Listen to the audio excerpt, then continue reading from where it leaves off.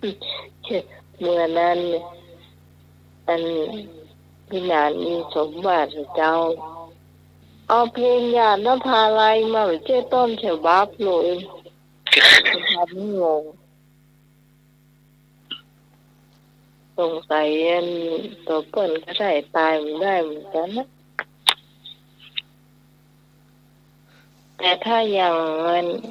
น้องนี่น้องฟังอยากนภาลัยเดิมเนาะฟังนี่ขึ้นมาปุ๊บนี่เฮย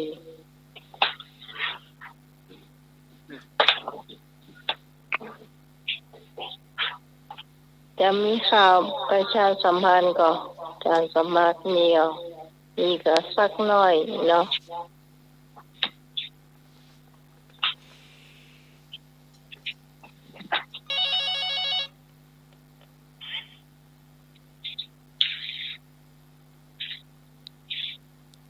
เจ้านมัสการครับผมแฟนพันธุ์แท้ครับญาตินภาลัยมารุ่นหลังครับก็อมตะของญาตินภาลัยครับก็มันมารุ่นหลังครับ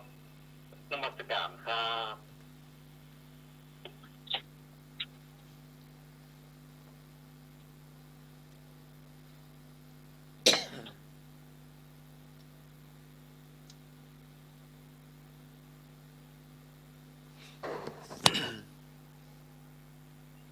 ประชาสัมพันธ์เนาะเจ้าวันศุกร์ที่8พฤศจิกายน2567เวลา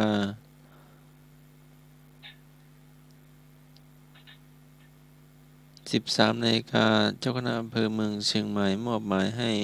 หลวงพ่อรองเจ้าคณะอำเภอเมืองเชียงใหม่ฝ่ายสาธารณูปการร่วมกับสำนักงานพระพุทธศาสนาจังหวัดเชียงใหม่ออกสำรวจความเสียหายกุฏิสงฆ์ที่ประสบอัคคีภัยไฟไหม้ณวัดสันดอกพระอารามหลวงเนาะกุฏิ2 ชั้นเนาะก็รถดับเพลิงก็ประมาณ4 คันรถเนาะก็เหตุก็เกิดตอนเช้าเนาะประมาณ7 โมง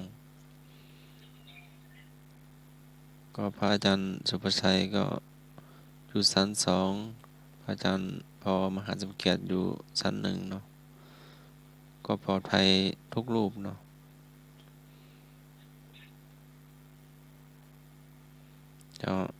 ทุกท่านก็ถวายกำลังใจได้เนาะก็ไม่อยากให้เกิด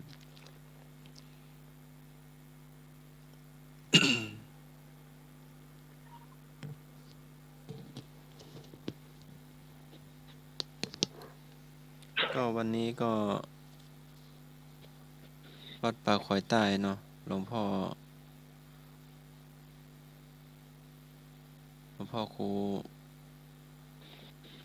ปริยัติวิมลเนาะหลวงพ่อเจ้าคณะตำบลสันติเสื้อเนาะก็ได้ทำบุญอายุวัฒนมงคลเนาะก็พ่ออาจารย์พ่อหนาน7 ศรีเนาะเป็นวิทยากรเป็นพ่ออาจารย์ตัวเนาะ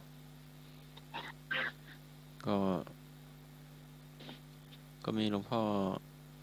เจ้าคุณรัชมณีเนาะรองเจ้าคณะจังหวัดเชียงใหม่เนาะวัดสนดอกพระอารามหลวงเป็นประธานสงฆ์เนาะแล้วก็หลวงพ่อวัดหงสิงห์เนาะแล้วก็พระเถรานุเถระก็เจอแม่แดงตัวเนาะเจ้าครับวันนี้ก็มีกฐินของวัดรวมประดิษฐ์ต้นพึ่งหมู่2ของตำบลเมืองแก้วนะครับสำหรับวันพรุ่งนี้กฐินของวัดพระนอนขอนตาลหรือว่าวัดพระรัตทิวันขอนตาลนะเจ้าวัดรองเจ้าคณะอำเภอแม่ริมนะเจ้าวันพรุ่งนี้อันนี้ก็ประกาศให้เปิดแห่กรรมเนาะ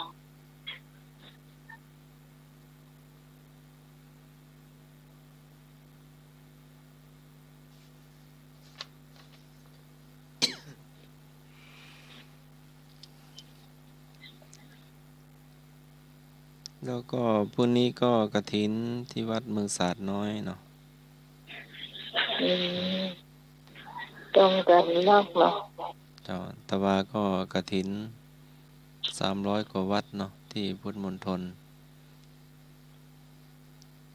หลวงพ่อหนเหนือหลวงพ่อเจ้าคณะจังหวัด ก็อดีตนายกสมชายวงศ์สวัสดิ์เนาะ อืม เจ้า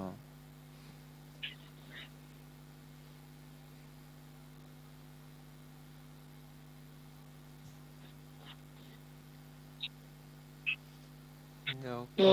ก็ ก็ วันจันทร์ที่11เนาะก็มีประชุมโรงเรียนบ้านเชิงดอยเนาะแล้วก็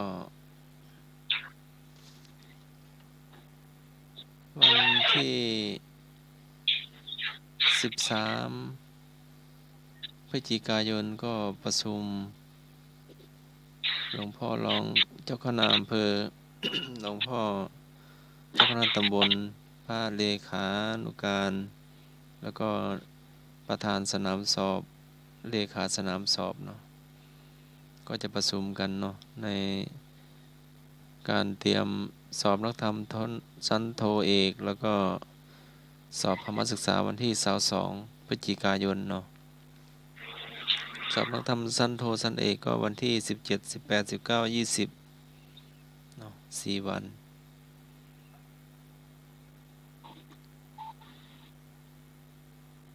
แต่วันจันทร์นี่ทางบ้านตันนี่จะต้องไปเลี้ยงพระเนรที่วัดแม่ริมนะโรงเรียนปริยัติธรรมมี300 กว่าลูกกันนะ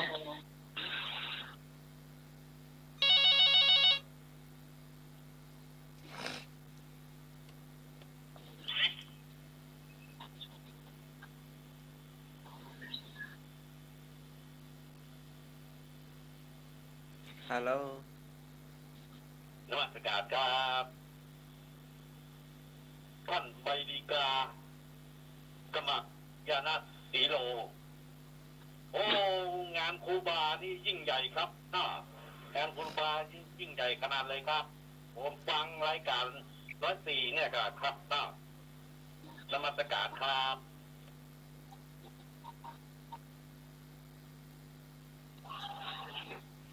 ก็เจ้าก็เนาะถ่ายทอดสดตัวเนาะที่ร้านกุมา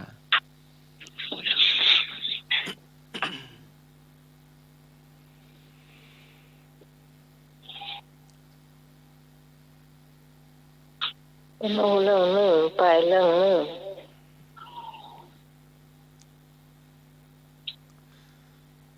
วันที่24 25 26เนาะกองเลขาก็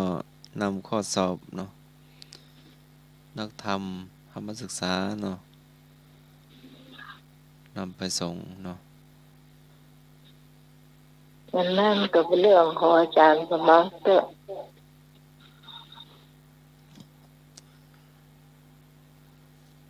แล้วก็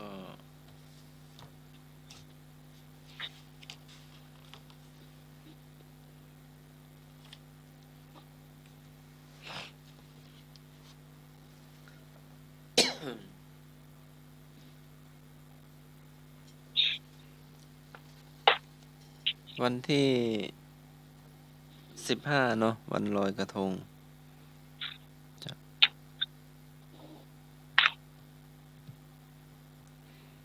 แต่ละวัดละวาเนาะบางวัดก็มีเทศเนาะเทศมหาชาติวัดไฟหินก็ตะลุงนมก็จัดซุ้มเนาะจัดซุ้มพาลูกพระลูกเนนศรัทธาชาวบ้านเนาะก็เตรียมกันมาเรื่อยๆเนาะเพื่อว่าจะได้สืบสานเนาะประเพณีลอยกระทงยี่เปียงล้านนาเจ้า น่าจะมีเทศตามประทีปตัวกันเนาะเทศผางประทีปเนี่ยมันต้องมีทุกปีอยู่แล้วล่ะเทศมื้อแรงหรือว่าเทศมื้อคืนตอนตั้ง1 ทุ่มอ่ะเจ้าเพิ่งเกิดจะจุดเนาะคนทางบ้านเกิดที่บ้านก็จุดตัวอนามัยก็มีเทศตัวเนาะนี่กะ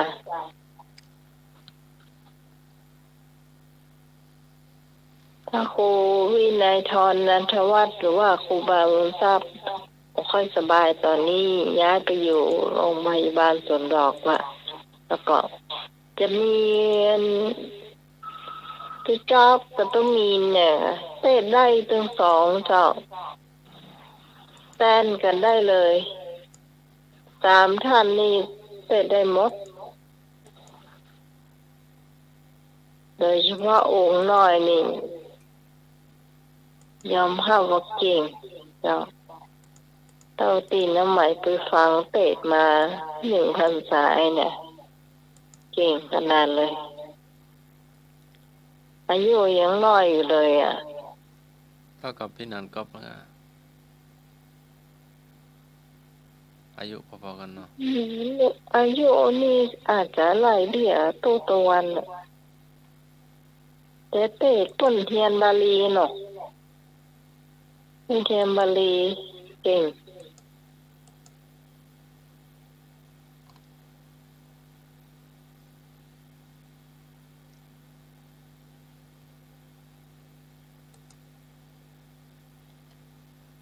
ให้จับฉลากแต่ว่ามันคืนนี่แกก็มือดีต่อยนะจับฉลากแต่ละอัน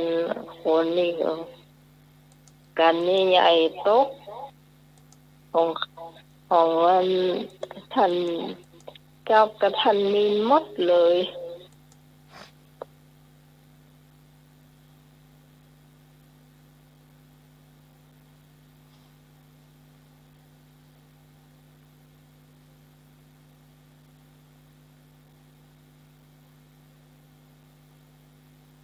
อาจารย์ที่ฐานเอาไว้เนี่ย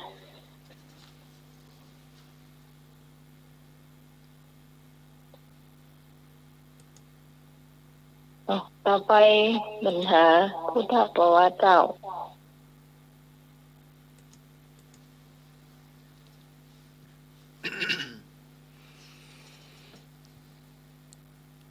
พระนางมัลลิกาเทวีได้ถวายทานชนิดใดก็สังฆทานขอปาติบุคลิกทานขอวิหารทานงออสัทิสทานนางมัลลิกาเทวีได้ถวายทานชนิดใดก็สังฆทานขอปาติบุคลิกทานขอวิหารทานงออสัทิสทานอันนี้นะใหม่ได้คำตอบจาก ก็ไก่สังฆทานเจ้า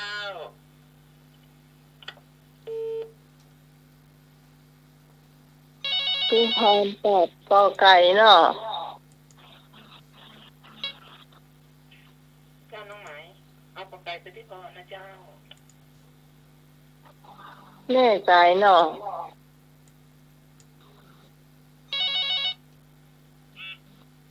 เจ้าเอาข้อปลาไก่ไปที่พ่อนะเนอะเจ้าเจ้า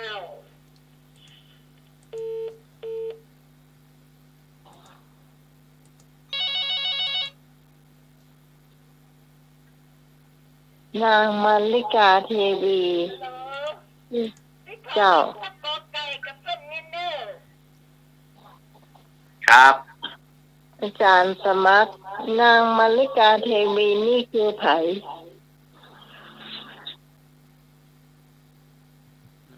ทีวีอืมยังบ่เคยรู้ประวัตินั่นมันเคยรู้เพราะว่าเรามาถามได้ยายก็เดี๋ยวอธิบายได้ยังไงเนี่ยจ้าพี่กรณ์ไม่รู้พี่กรณ์เอาเข้าคอควายจ้ะวิหารทาน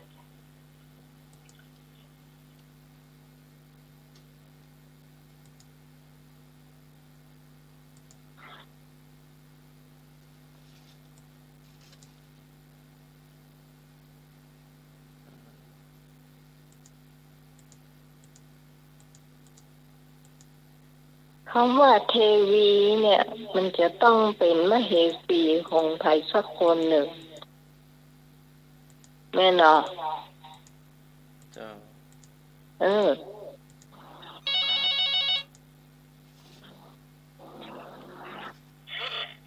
เจ้าพระนางมาริกาเทวีเป็นมเหสีของพระเจ้าประสิทธิโกศลเจ้า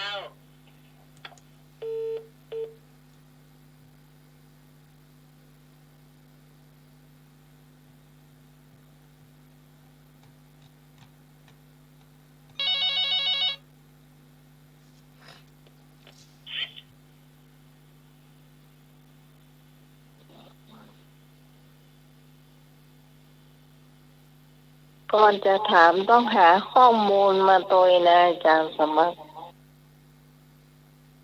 นมัสการครับคำตอบตัวได้คือวิหารธรรมครับวิหารธรรมครับนมัสการครับ งองูเพิ่งจะ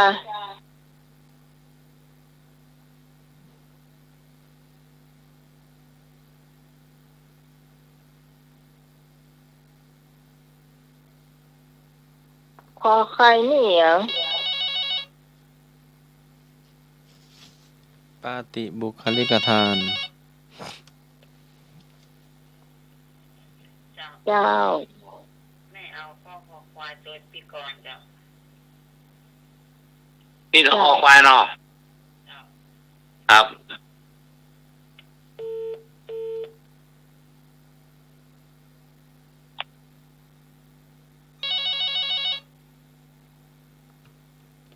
เจ้า ครับผมเอาข้อคอควายแล้วกันนะครับผม ครับ ออกไว้เนาะถ้าเขาจะเอาให้เอาขอไข่เขาจะแจกวงเจ้าแต่ละคนเขาไปเรื่องเงินหมดละ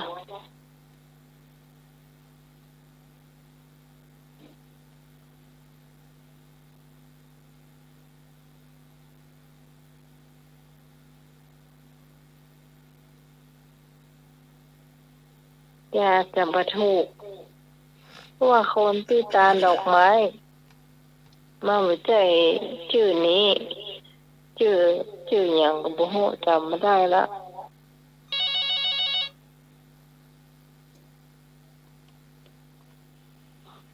เอาเปลี่ยนเอาข้อคอควายก็ได้ครับผม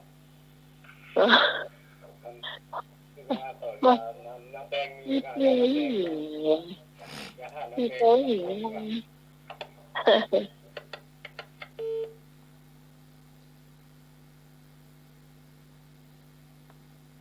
โดยละเต่าหูเหลืองเนอะ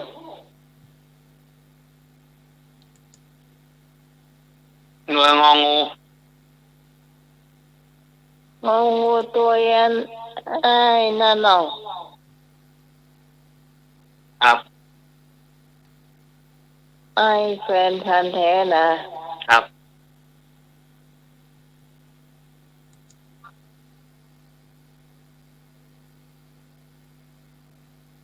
ทางไผ่ยังไม่ได้ตอบเจ้าพี่สารีตอบหรือยังตอบแล้วเนาะพี่ตองเจ้ามาตอบเด้อ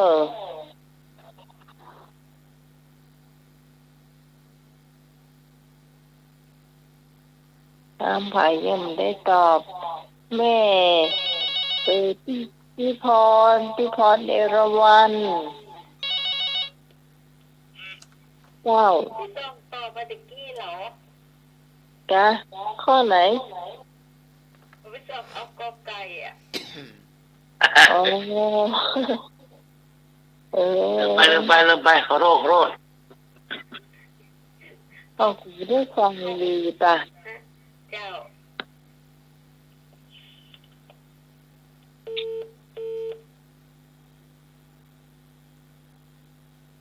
กอไก่มีพี่พรพี่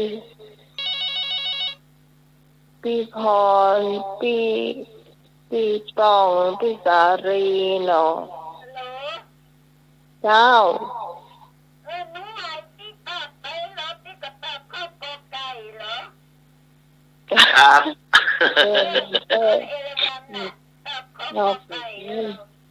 เราก่อการห้องว่านุ่มเย่เป่าเกลืออี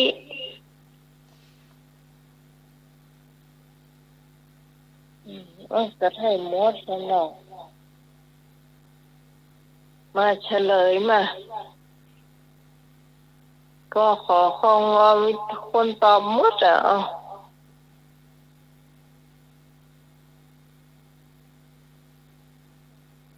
ไอ้เหี้ยเปล่ามา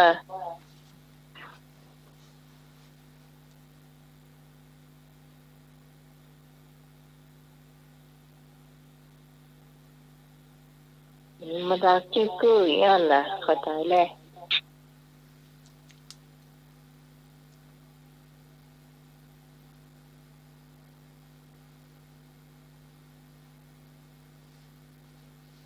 การสมัครเข้าใจ เฉลยพระนางมาริกาเทวีได้ถวายทานชนิดอสัทธิสทาน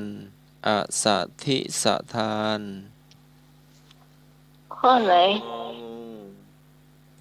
ฮะ ข้ององู ห้องงองู อสัทธิส โอ้ ทาน มี คือการให้ไม่ ทัน มีใครเสมอเหมือน ฮะ หมายความว่าทานอันไม่มีอื่นแม้เหมือนแม้นเหมือน แฟนพันธุ์แท้กับแป้หนุ่ย งองูอ่ะ เนี่ยตอบนี่หานะนี่ว่างองูอ่ะ ครับถูกสองคนแล้วล่ะก็เป็นมาได้สาม ไอ้หนุ่ยได้สอง ครับ นอกนั้น จบข่าว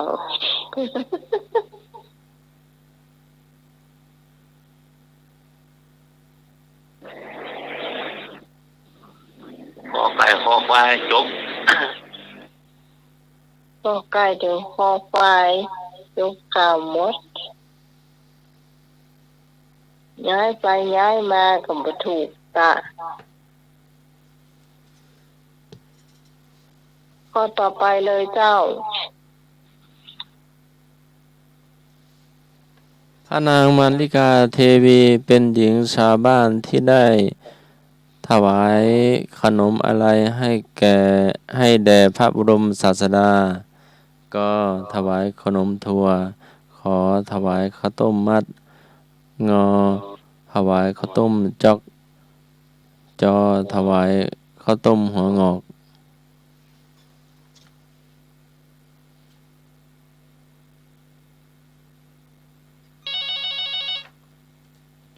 ตอนนี้น่าจะง่าย เจ้าข้าวกอไก่เจ้า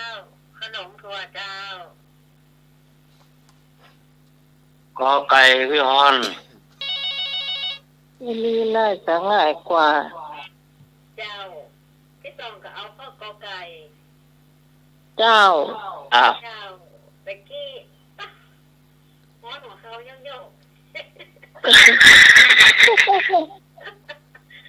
อยากต้องเคยยังขาดน้องแดงขวัดขวัด ไปยังไปยัง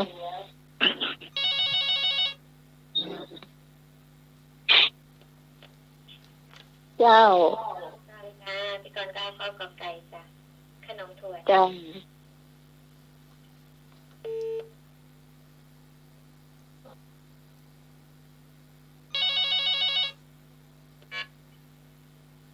เจ้าข้าวกอไก่จะเป็นอ่ะ ครับ เจ้า ขอไก่กกมก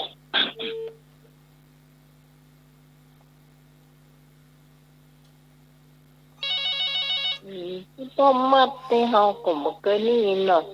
สมัยก่อนเนาะ ข้าวไก่จะเป็นแล้วเนอะ ครับผม แค่หน่อยมาเจ็บนะ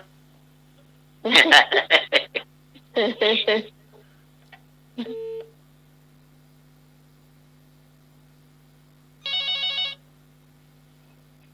โยตะการหลังที่กันเปล่าจ้ะ ขอบใจขนมโทดิน ครับ พอดินบอก โทดินมีหมู่ว่าบ้างกันขนมกลัวกันเนาะบ้าบ้าโอ้โหเข้าข้างบ้าให้เรายุ่งนะ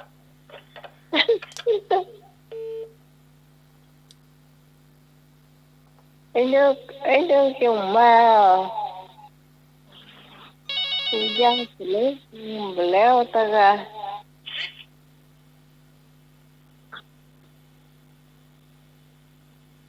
เจ้านมัสการครับท่านสมัครข้อคอไข่อ่ะให้งานงามหัวผมเอาข้อคอไข่คำตอบสุดท้ายครับนมัสการครับ ต้มมัด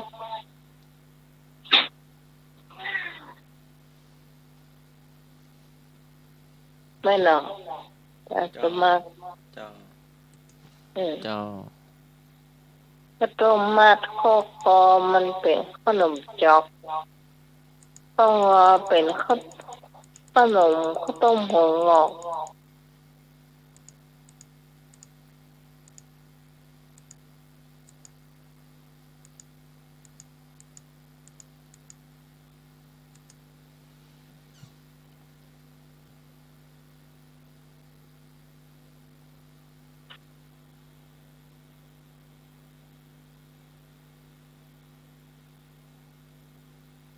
เฉลยนี่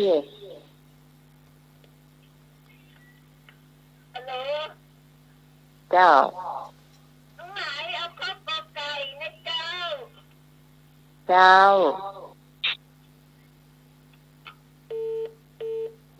เนรวัน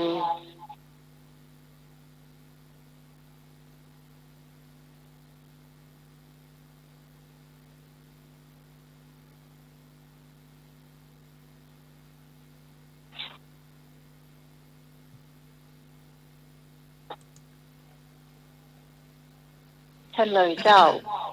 เจ้า ข้อกอไก่นางถวายขนม ถั่ว เจ้า พี่พรได้3พี่ตองได้2เจ้าโอ้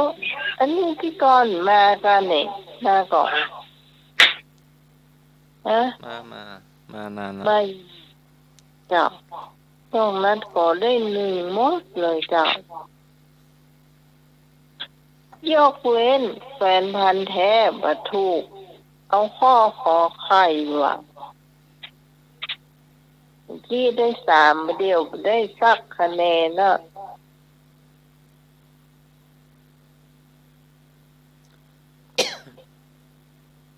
ข้อต่อไปเลย นางมาริกาเทวีพระราชเทวีผู้เรียนธรรมะโดยเคารพพระนางมาริกาเทวีเป็นหญิงชาวบ้านที่ได้ถวายขนมถั่วแด่พระบรมศาสดาและพระองค์ตรัสต่อพระอานนท์ว่ากุณธิดานางนี้เป็นพระมเหสีไม่นานนักพระเจ้าประเสนที่โกศลได้พบรักกับกุณธิดานางนี้และสถาปนาไว้ในตำแหน่งพระมเหสีกุลธิดานี้ได้ยึดมั่นในพระรัตนตรัยประกอบทานกุศลอยู่เนืองนิดแม้สุขสบายเป็นพระมเหสีพระราชาผู้ยิ่งใหญ่ในชมพูทวีปก็ไม่ทิ้งการทำทานกุศลกุลธิดาแห่งนายมาลาการหนึ่งมีชื่อว่ามาริกา มีความเลื่อมใสในพระศาสนาพุทธศาสนาตั้งแต่เด็กพระบิดามักพานางไปฟังธรรมของพระผู้มีพระภาคเจ้าบ่อยครั้งพลอยให้กุลธิดาได้เป็นพระอริยบุคคลตั้งแต่เยาว์วัยสำเร็จโสดาปัตติผล ถามว่ามัลลิกาแปลว่าอะไรก็ดอกมะลิขอดอกสุคนคอดอก มะตาดงอดอกราชพฤกษ์จอดอกคูณหอนกฮูกดอกลุมแล้งตอเต่าดอกรักทอหารอดทนดอกปานเถื่อนทอถุงดอกราชเทวี ผมยังมันนักบลับมันเหลืองานน่ะ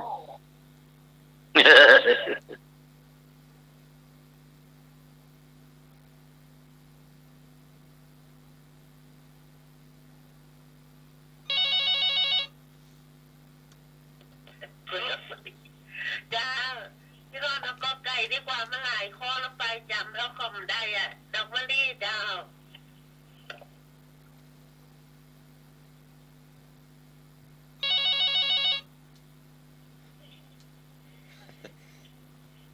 พี่ก่อนเจ้าข้อก็ไก่ทำไมเยอะไปเจ้า ดอกมะลิอ่ะ ข้อก็ไก่แต่มือกันเขาไม่รู้ความหมายด้วย มันลิกาผลเด้อ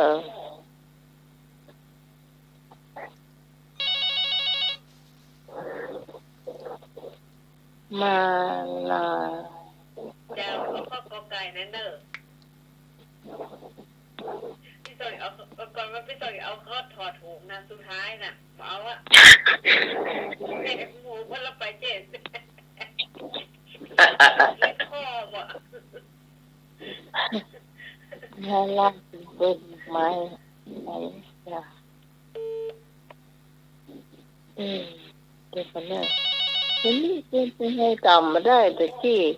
เดียวกันดอกวันที่มันดอกดอกวันที่มันน่าใช่เนี่ยดอกข้อขอใครอย่างก็ ขอไข่ดอกซอดอกสระสุคน ดอกเนี่ย ดอกละ สุ สะสุคนรอเรือสอเสือสอเสือสระอุคอควายนอหนูทอทงกะลันวงเล็บดอกมะตาด ดอกเนี่ย ดอกมะตาด มีบ่ มันเป็นยังไงดอกมะตาด ก็รู้ดอกไม้ล้านนาปกติว่าอันน่ะ อ๋อ บ่เคย คอควายคอควายเนี่ย คอดอกราชพฤกษ์ ได้พึ่ง ให้อย่าดอกรถทุกคนอย่างงูทำไม เจ้าแม่น มันอ่านเป็นรอทุกคน เนี่ยถ่ายเจอขึ้นเนี่ยเออ ให้อย่าเม็ดละให้รถทุกคน เออ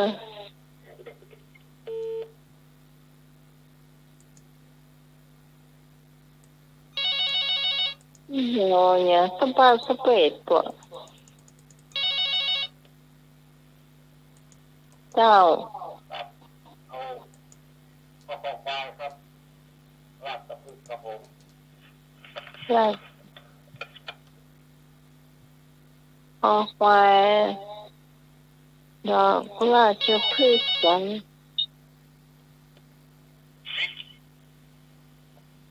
เจ้าน มัสการครับคำตอบตัวได้คือดอกรถสุคนครับครับนมัสการครับ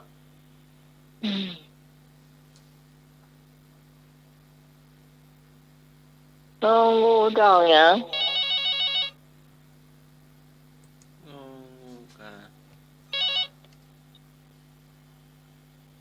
ดอกสมพอ เจ้าเอาตัวไอ้แฟนพันธุ์แท้เหาขอไข่อะ เจ้าร ถสุคนนะเจ้า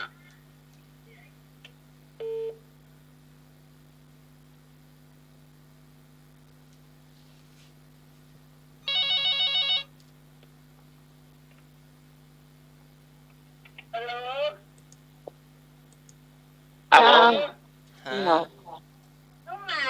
ทอนเอาข้อกอไก่เนอะ ครับ จัง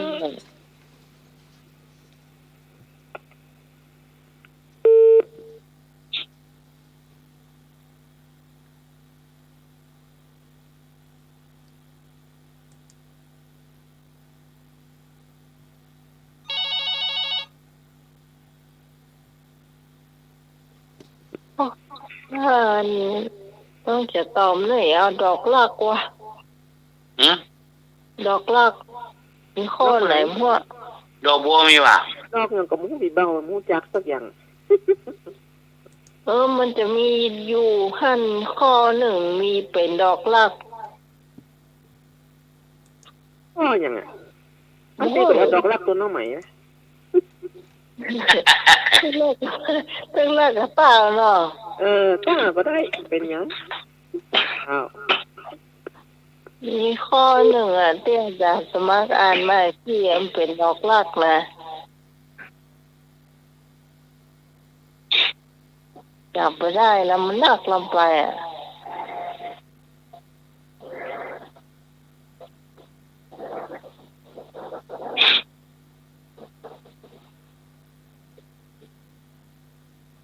นี่เดี๋ยวพ่อหอโลหูก่อน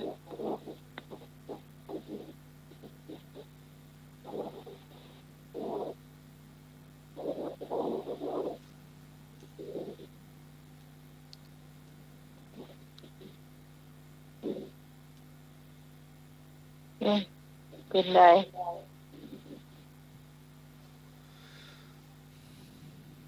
เฉลยมันลิกา แปลว่าดอกมะลิกอไก่ กอไก่อยู่พี่พรแล้วก็ไพมานรักสอง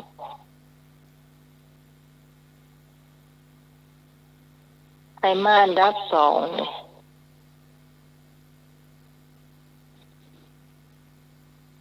ระหว่างพี่ตองกับพี่ก่อนน่ะแม่นเหรอ ตอนจ้า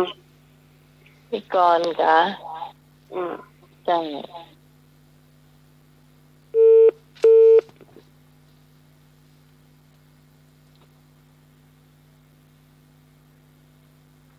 มันนักลำใบชื่อดอกอหย่างก็บ่ฮู้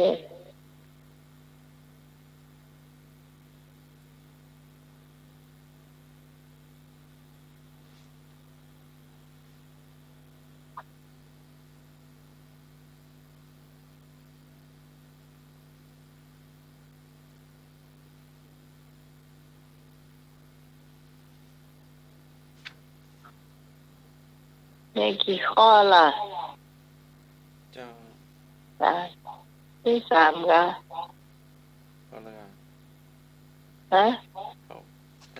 ตอน3-4ข้อละกัน เดินดูนะกันในกาหายหมด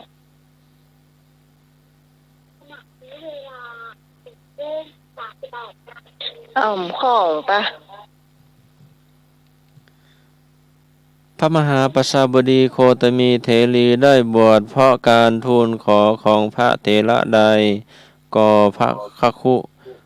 ขอพระอนุรุตขอพระกิมพิละก่อพระอานนท์พระมหาประชาบดีโคตมีเถรีได้บวชเพราะการทูลขอของพระเถระใดก่อพระอานนท์ขอพระกิมพิละขอพระอนุรุทธงอพระภคุ ข้อนี้ง่ายเนอะ จ่าพี่กรเอาข้อกอไก่จ้ะพระนนท์จ้ะ ข้อนี้ง่ายเจ้าถ้าถามเห็นแบบนี้จะยากกว่า ออกก็ไก่ครับ เจ้า พระอานนท์ครับผม เจ้า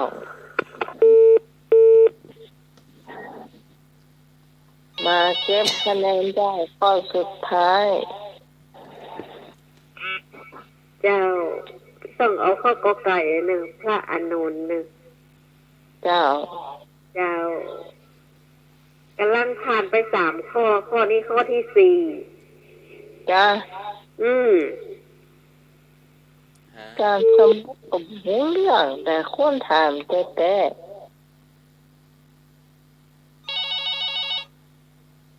ข้อที่สี่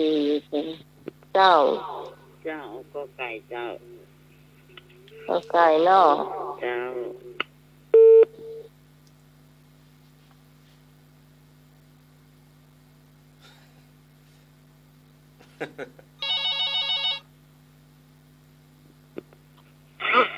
เจ้าพี่ก่อนเอาก็ไก่เจ้าพระอานนท์เจ้า เจ้ามาตอบเพื่อหมดเลยเก็บคะแนนเจ้า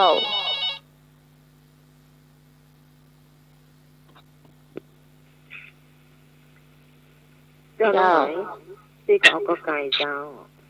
เจ้าสารีคะแนนก็มีความหมายเจ้า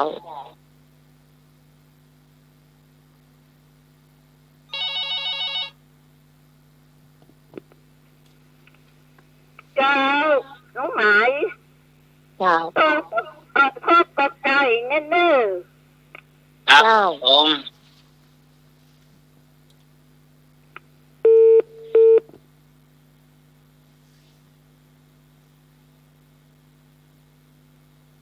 กอไก่นะเนอะ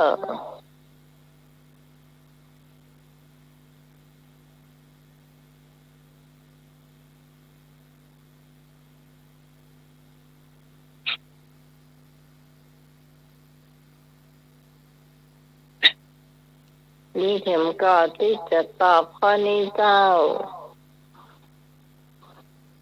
ก็มันน่าจะมีแล้วเนาะหมดแล้วก็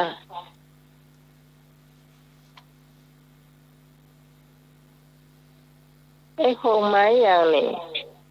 ผมมาจ้ะ นะไอ้มองเข้าใจเก็บคะแนนเจ้า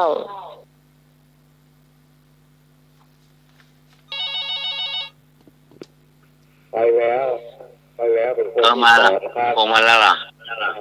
เป็นคนที่สอง อ๋อ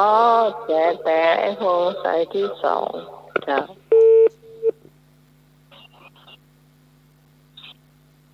เยี่ยนี่มันจำประจำ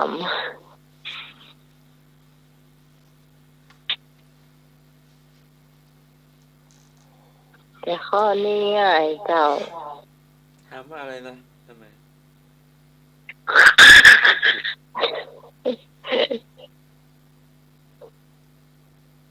ถามว่าพระนางประชาบดีไทยเป็นคนขอให้พระนางประชาบดีไปทูลกับพระพุทธเจ้าบวชเถอะ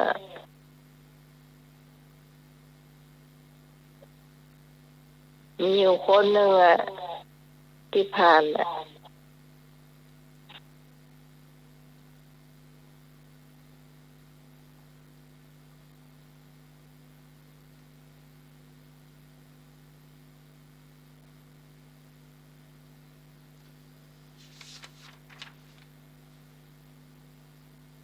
ไงคำตอบไง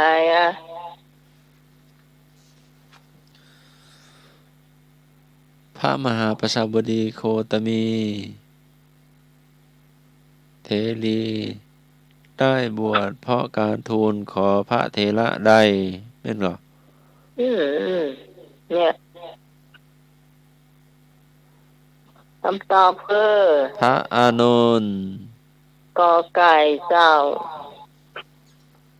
เนี่ยถึงบอกว่าไงเจ้าพี่กรณ์ได้3 คะแนนไอ้พงษ์ได้2 คะแนนเจ้าแล้วก็ต่อไปก็ได้1 คะแนนเนาะแล้วก็ดูเวลาหน่อยหนึ่ง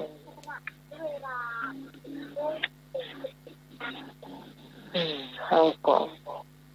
4 ข้อปรบเนาะ ก็เดียวเพื่อเฮาจะประชาสัมพันธ์งานของเฮาแล้วก็คุณผู้ฟังก็รวมคะแนนเนอะรวมคะแนนเสร็จเดียวก็รายงานเข้ามาเจ้าการประชาสัมพันธ์ของเฮาก็คือพระป่าสามัคคีในวันที่12เดือนมกราคมเจ้าปี2568เจ้าคุณผู้ฟังงานก็จะเริ่ม9 โมงเป็นต้นไปนะเจ้า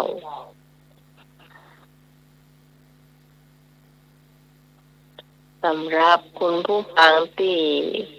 ให้หอมกันมาได้ชื่ออยู่ที่พี่พรเนาะ ครับ เราก็ช่วยจำดีค่ะกลัวใด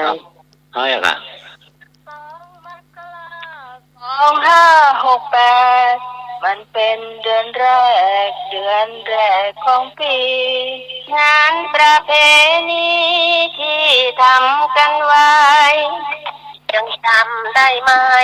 ทอดผ้าป่าสามัคคีบอกกล่าวเพื่อนพ้องพี่น้องเอาคุณลุงคุณป้าอยากสร้างบารมีต้องช่วยเกื้อกูลสนับสนุนเราหน่อยคนละ100 200 300ก็ยังดีงานประจำปีที่เคยทำไว้ผ้าป่านั่นไงเราทอดถวา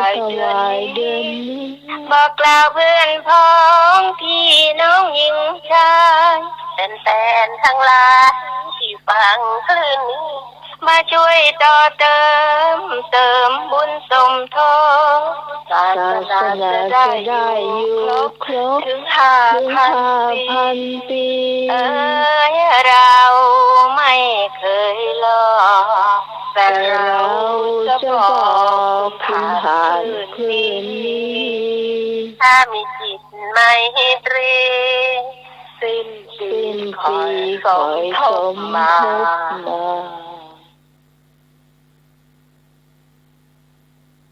อันนี้เพลงที่เป็นเพลงพระป่าสามัคคีที่ข้าเจ้าตั้งใจที่เอามาฝากคุณผู้ฟังนะเจ้าแล้วก็ขอเชิญไปร่วมกันนะเจ้าสำหรับรายชื่อของคุณผู้ฟังที่ร่วมบริจาคมาเรียบร้อยนะเจ้าเนาะไอ้หนุ่ย 1,000 อาจารย์สบัก 1,000 นะเจ้าพระเจ้าก็ 1,000 เหมือนกันเจ้าต่อไปไอ้บุญส่ง 1,000 เจ้าพี่นัน74 1,000พี่นันส่งเนาะพี่กร 1,000 เจ้าพี่พร 1,000 เจ้า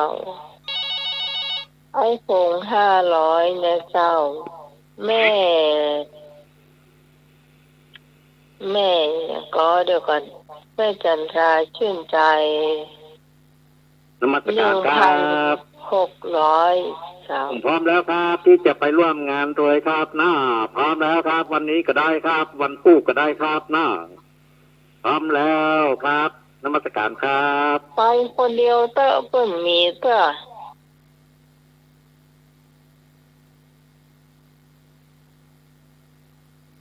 คนเดียว แล้วลืมไผ่เห็นไหมไอ้นึก200 เจ้าเอก200 เจ้าแล้วก็มีแม่สมศรี100 เจ้าแม่อย่าง60 บาทอ่ะ ยายเรื่อง ยายเรืองเนาะเจ้าแล้วก็ป้อเสาคำออนสีนะเจ้า100นะเจ้าอันนั้นยังอยู่ที่พิกรอยู่เนาะไปเอามาเฮือกันเอามาป้ากันเดือนหน้าก็ได้เจ้าเนาะแล้วก็ยังมีแม่เดี๋ยวก่อนแม่ย่อยเดี๋ยวก่อนแม่สุพิษเดี๋ยวเจ้าแม่ย่อย 400นะเจ้าเนาะ ครับ แล้วไผจะเพิ่มเติมเข้าไหมเห็นก็ได้อยู่นะเจ้าได้อยู่เราก็หับไปเรื่อยๆเจ้าสำหรับกับข้าวข้าวปลาอาหารนะเจ้าต้องขอบคุณแม่จันทราชื่นใจนะเจ้าเป็นเป็นเจ้าภาพข้าวผัดกุ้งนะเจ้าข้าวผัดกุ้งแล้วก็จะมีผัดซีอิ๊วกับอาจารย์ไกด์หนุ่ยโดยเนาะเจ้าเป็นผัดซีอิ๊วเจนะเจ้าแล้วก็ตังเฮาก็จะมีข้าวเหนียวส้มตำไก่ย่างนะเจ้าไก่ย่าง5 ดาวนะส้มตำนี่ก็จะมี2 ประเภทนะเจ้าส้มตำลาวและปลาร้านะเจ้าแล้วก็ส้มตำไทยเนาะส้มตำไทยนี่ประเภทอะไรนะเจ้าเนาะ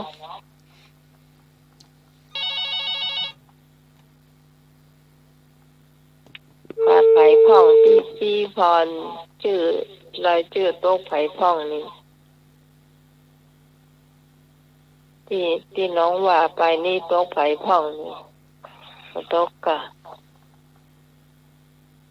ถ้าโต๊ะกอพี่พรก็เอิ้นมาเนอะ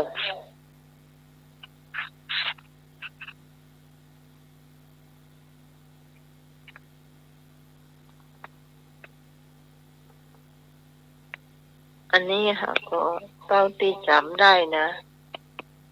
เจ้าตังฝั่งน้องกวางนี่ก็ยังมองว่าได้เท่าใดนะเพิ่นเอาลงลายกลุ่มเพิ่นแล้วเนาะก็ดึกจะดูจำนวนว่าสตางค์จะขาดจะเหลือเท่าใดนี้จะได้ซื้อพัดลมนะเจ้าพัดลมไอ้น้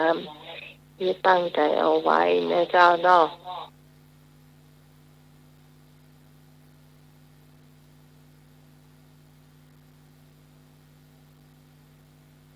เจ้าคุณผู้ฟังท่านไหนเสร็จเรียบร้อยมารายงานเข้ามาเจ้าวันนี้มัน พอดึกเท่าไหร่เนาะคิดว่าคงมารับเจ้าเนาะมาแล้วเจ้า เจ้าน้องใหม่ครบละรายการรายชื่อที่เอ็นให้เข้ามาเนาะบัตรไถ่สักคนละเจ้านี่พี่พรรายงานคะแนนก่อนเพลงพี่ได้11เนาะพุทธะได้7รวมกันเป็น18ของเดิม157เดือนนี้ปีนเป็น175เจ้ารวมกันหมดนะเจ้า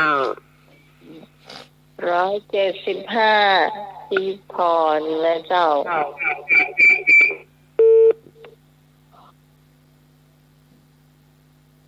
ท่านต่อไปไผรวมเสร็จมา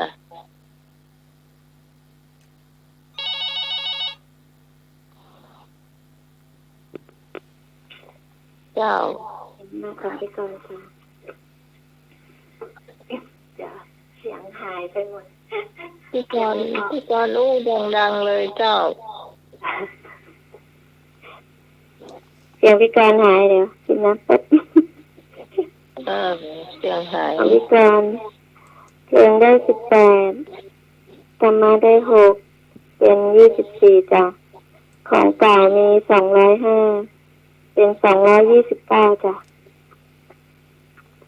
200เท่าไหร่ก็229จ้ะ229เนอะพี่พรเนอะ229นี่มา283คนแล้วเจ้าเดี๋ยวพี่พรยัง100ไปอยู่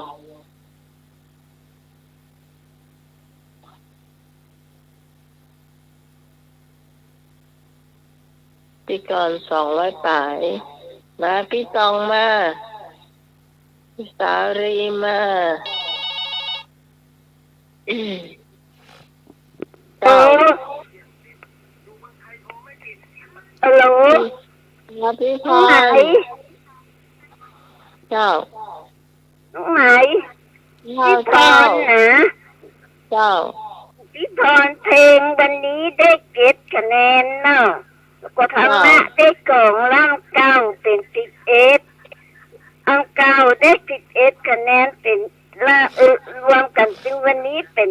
9เนอะ เจ้า เป็นสาวเนาะเจ้า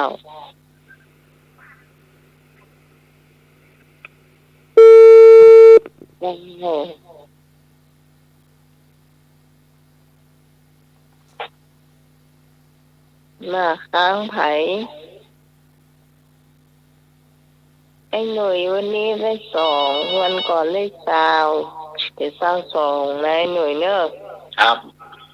ครับผม เจ้าไอ้ วันนี้ได้เพลงได้อยู่12ธรรมะได้3เป็น15 อืม รวมของเก่า87เป็น100กับ2 คะแนนนะครับผม 112 102ครับ 102กะ ครับผม อ๋อเจ้าพี่พรโจทย์เตเลอร์พี่พร102 คะแนนไอ้พงษ์เจ้า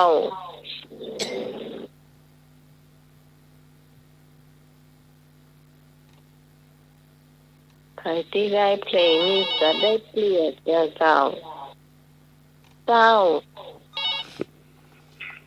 เจ้าน้องไหน เจ้า ของปีเพลงได้24ธรรมะได้2เป็น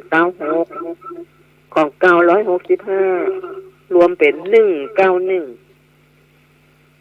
1ก็1 เจ้า มันยังมาถึง2จ้ะจ้ะ ยังมาถึงเตื้อ อยู่จ้ะ1ก็1ว่ะ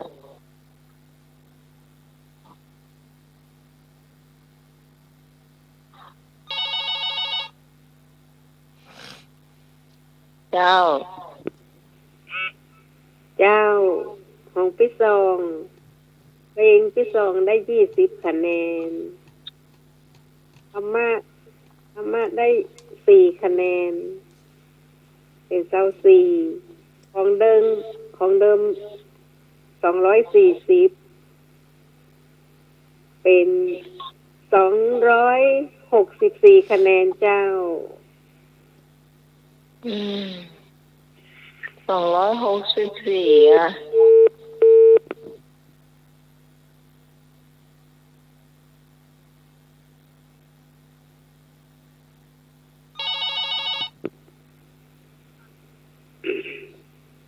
เจ้า ของแม่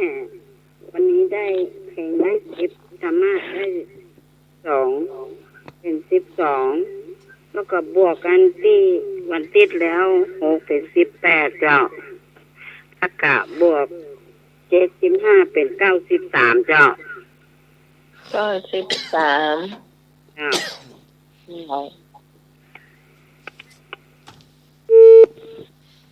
ในสมคิดก็ไล่ตัวไอ้พงษ์นะเจ้าแล้วก่อนไอ้บ่าวแฟนพันธุ์แท้ก็ได้น่ะจำได้ก่อนเอาก่อนนะรู้สึกว่าได้18อ่ะ18แล้วถ้าบวกวันนี้3ก็ได้21กะมือเบียดได้หน่อยนี่คุณหน่อยได้22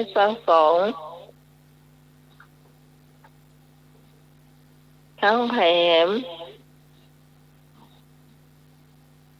เมียเนาะ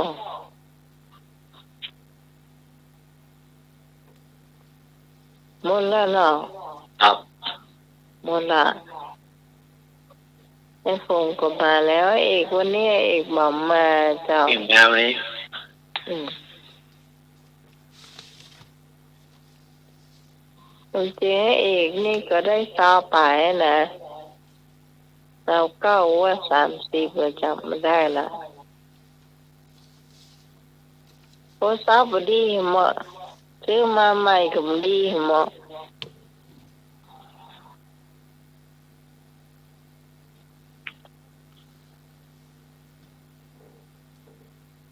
เจ้าช่วงต่อไปไปหาพี่พรมาเนอะทำอาหารเลยเจ้าวันนี้เนาะ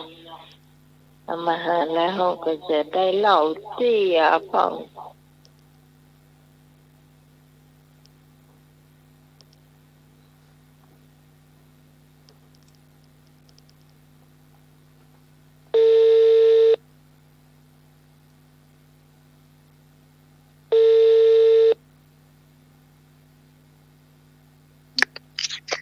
เจ้ากระดาษเจ้า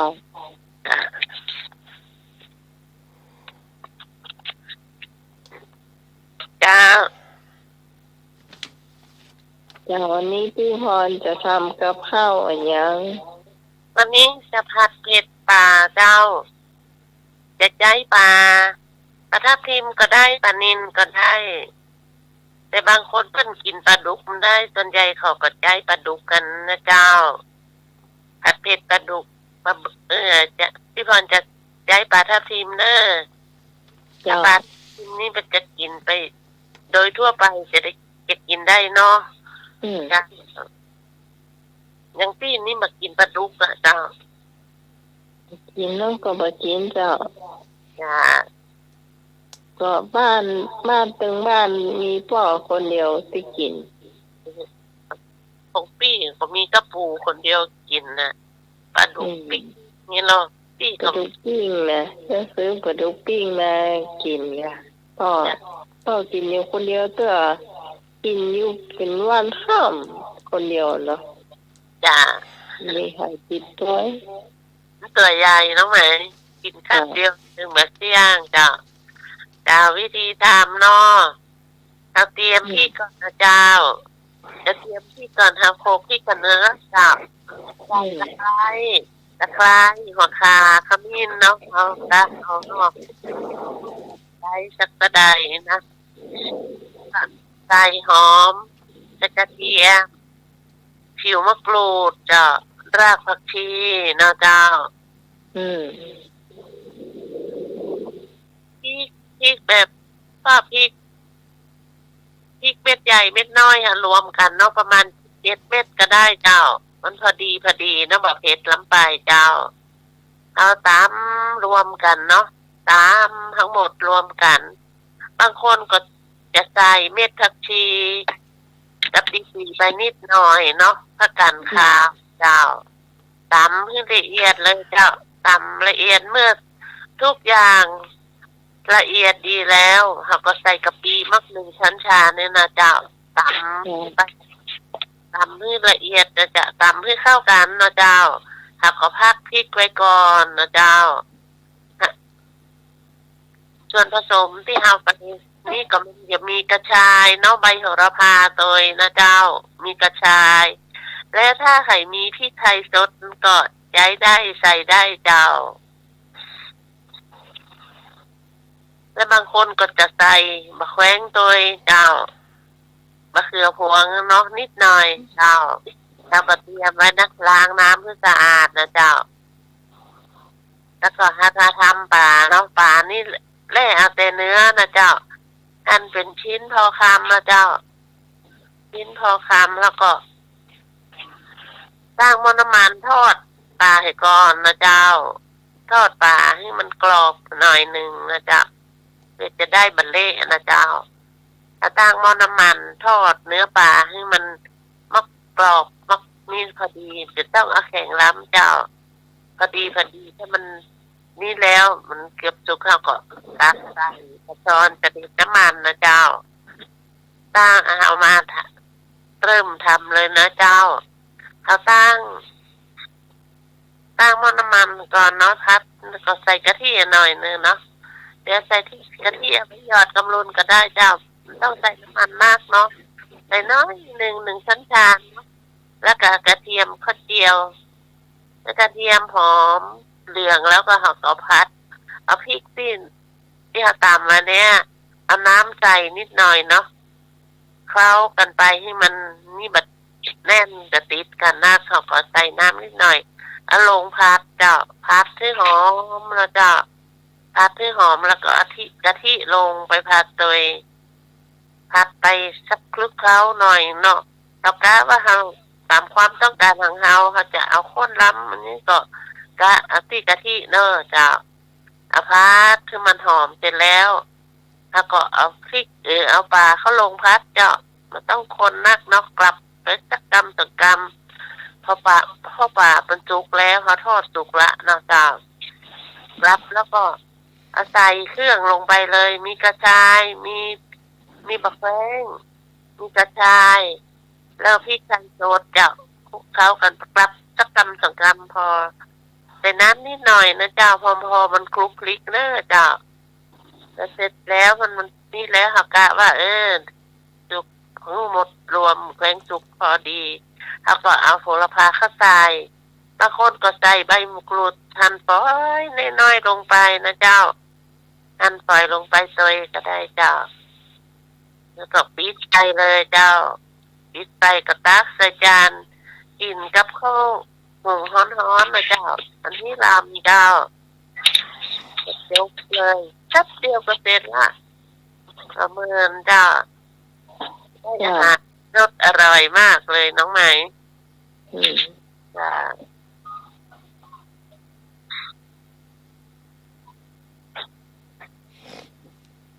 เสร็จเลย ว่าโดนแกงมะเขือทำแล้ว แกงเขือกะหล่ำจ้า ไม่ใส่หันว่าบอกเป้ามีนักโถพี่พร จ้า แกไปกาดมาหรอกแกไปซื้อไอ้อย่างก็เอาลองงองจ้า ที่ไปขูดบอกเป้าเอามาไว้ขูดบอกเป้านะ จ้า มีข้อมไม้อยู่แล้วเนาะเอามาตีติดก้อมเถอะกะ พอ ตั้ง นะ มะพร้าวตั้ง3 แก่นไว้อยู่ เนี่ยกะทิข้นนะลำน้องไหม ไม่ทอดเอง ถ้าใจกะทิแบบที่เราขูดคนเดียวซ้ำหอมน้องไหม ก็เนี่ยกะแม่บอกป้ามาขูดแล้วก็คั้นเอาน้ำมันได้3 แก่นก่อนว่ะต้องว่าโอ้กูจะหมอเปล่งไว้กล้วยบชีพังไม่ใส่แก่หมดเลย ยังมีแบบนี้ป้าเป็นแทนได้ จ้ะ กองนี่มันได้หอมน้องไหม จ้ะ รับเหมือนกันแต่กลิ่นหอมมันไม่ค่อยมี นมัสการครับโอ้แกงป่านั่นล้ำขนาดเลยครับเนาะเนี่ยลำโอ้เหมาะขนาดเลยเอาคนหนึ่งหอนนี่จำเนาะโอ้เหมาะขนาดเลยครับอยู่เข้าแล้วครับเนาะครับนมัสการครับ เจริญพร แม่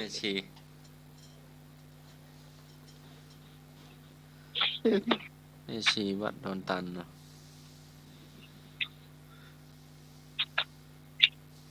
มีภัยไข้หัวเฮาเนาะมีภัยเรื่องเด็ก น้องใหม่ว่าพี่พรจะเดินพรมาเปิงแต่นะ ต้องถามพี่กรณ์ค่ะเสียมมารักแน่นนี่หรอมันมีพลังนี่วะจะถามไม่หนุ่ยก็ได้หรอชุมสายจัง เปิงจริงจะเดินพรเปิงอ่ะ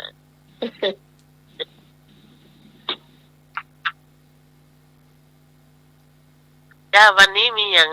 เตี้ยลุงหน่อย เที่ยไอ้หนุ่ยมี เดี๋ยว จ้า เจ้าแกงหก นมอมยาแก้ไอจ้ะไอ สปายานะแกงหกแกงหกแกงหกหลายคนเนาะ ค่ะ ถ้วยเดียวอ่ะ3-4 คนอ่ะก็จอนสมันมี2มี2 กันอ่ะ เขาไม่ได้ยอมจ้านี่ อ่า เอาหมอจอนน่ะเอาเจ้าส้มอ่ะ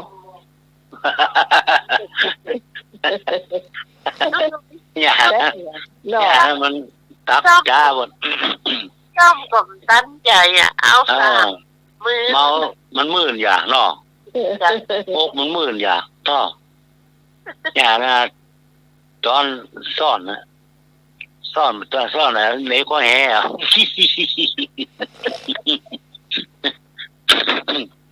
แกงโฮกสู้กันได้ละ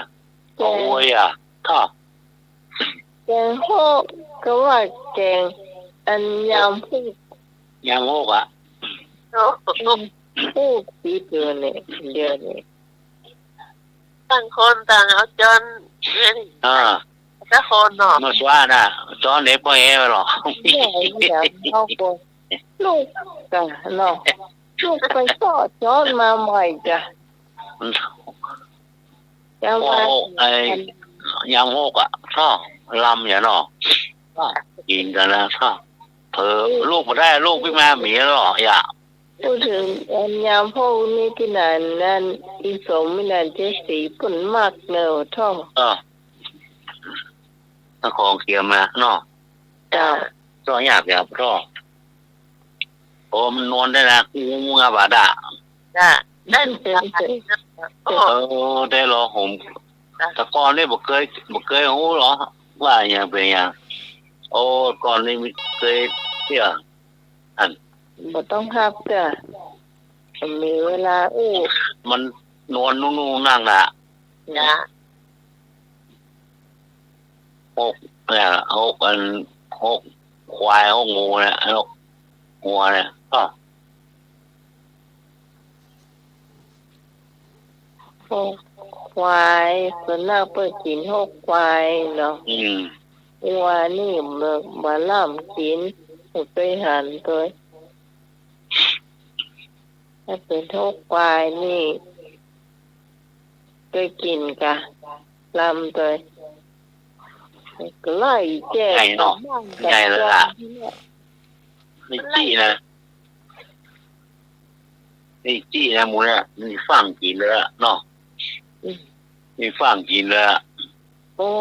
สมัยก่อนเพิ่นยำพวกเพิ่นยำแต่หรอกพวกควายเพิ่นจะขายหรอก จ้ะเพิ่นเอาแจกกัน โอ้ถ้าเฮาไปละอ่อนแล้วเฮาได้กินใหญ่เฮาไปไล่แจกอยู่หั่นน่ะ เป็นคนเก่งๆนี่เป็นแนวอร่อยอ่ะมาให้ดีมาตันมานะ จ้ะเวลาควายเกิดนะลุงหนุ่ย ครับ ต้องไปแจกแล้วก็คนที่เฮาฮับแจกคกเนี่ยจะเอาข้าวสารให้มาก็แสดงว่ามันจะแพร่ อ๋อ ว่าจะแพร่โวยๆเจ้า ครับ จ้ะ โอ้ จะเกิดปีละตัวเนาะ โวยนี่เราว่านะ เพื่อข้าวสารไม่แย่ครับ ก็ไป นี่มันแผ่ออกมา อ๋อ จะปีก็ได้เกิดลายสิเต้าตับลาย ถ้า คน มีแค่มีตัวถ้ามี เอา ตัว ละมังนี่นะมาให้ดีกว่าปอนะละเนาะ จ้ะ เจ้า โอ้นักเลยนะ อ๋อเขายำเต็มมะขางใหญ่เนี่ยเนาะ จ้ะ มันนวลมันนิ่มมันนวลนุ่งๆนั่งๆละ โอ้จ้ามันมากจนโท เออ นั่นน่ะเป็นลูกน้อยๆนะมันนุ่มจ้ะ เดี๋ยวก็ได้กินว่ะมีตังค์ก็ได้กินว่ะ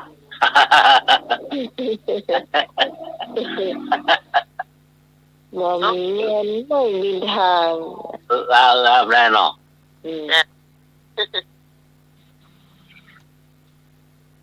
มันมีสตางค์ก็ ก็ ได้ โคน กิน โคตรเข้าไปแล้วเหรออ่ะอ่ะโอ้บ้าอ่ะเสียเข้าไปเลยอ่ะโอ้โหโคตรเข้าซ่อนตารางไปเลยอ่ะเนาะ นมัสการครับ ตามละ โอ้แต่ก่อนเปิ้นยำโฮวันเลี้ยงกันขนาดเลยครับเนาะไปบ้านศพงานไหนเปิ้นเลี้ยงโฮเนี่ยกะเนาะยำโฮเนี่ยเหมาะขนาดเลยครับเนาะ ครับ โอ้เหมือนกับลูเนี่ยกะเนาะกินกับลูเฮียลูอย่างเนี้ยเนาะครับ ครับ นมัสการครับ ครับ ลูกเฮียลูกหยังเปิ้นเลี้ยงกะโคกนี่มาให้ไม่ดีเปิ้นก็เฉพาะญาติพี่น้องตอนละ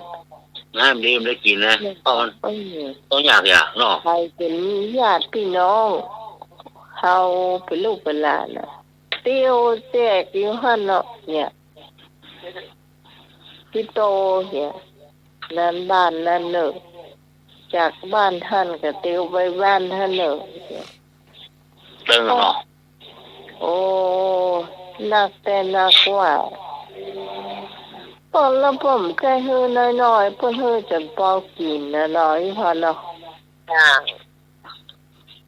ที่จริงนะตอนมันเกิดมันก็ฮกมันกันนะมีนักนะเวลาต้มมันโฮดน้องไหม เออ เอา จะ ต้ เข้าม มาช่วยหมอ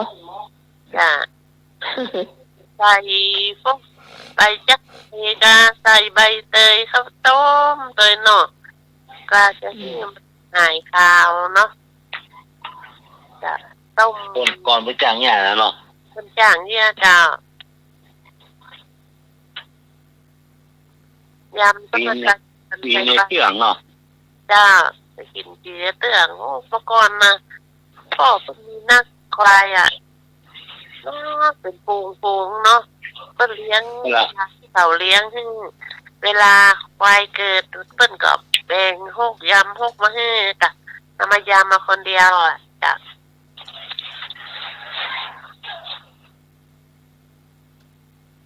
พ่อไม่ได้กินแล้วมันเลยพ่อ คนโตหืม อืม อย่างสมอปูจากว่า เปิ้นก็หูจักจะก้าวทางบ้านเปิ้นกันนักหรอกวัวกันนัก บ้านจะมาเขาเลี้ยงงัวเราให้รู้จักอ่ะ จ้า ปูจากอยู่เนาะ เจ้า อืม ปูจากกะ ได้ บ้า กิ น น จา จะ ก ขับขึ้นสวรรค์บ่เนาะ หัวนักสูก อืม แต่เพิ่นมาเลี้ยงควายจ้ะทำพุ่นนะ เดี๋ยวควายมันโอดฮ้อน หัว ควายมันโอดฮ้อนแล้วพุ่นนะมันไม่ค่อยมี อัน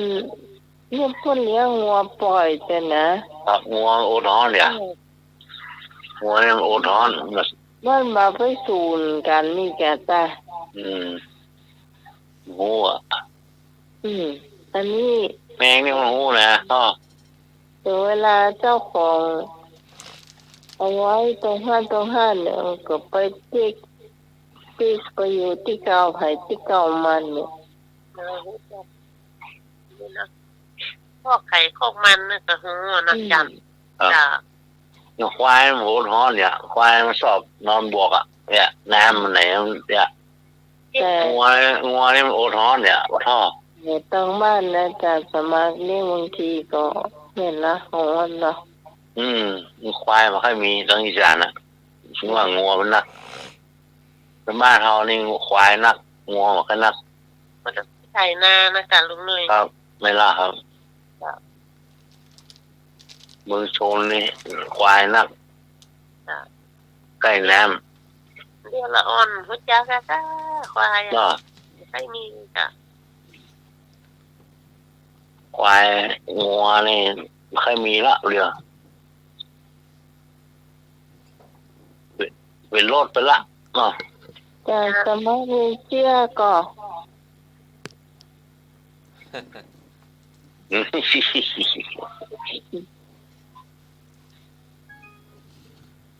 เจ้าหกจบละยาวไปอ่ะก็ท่อ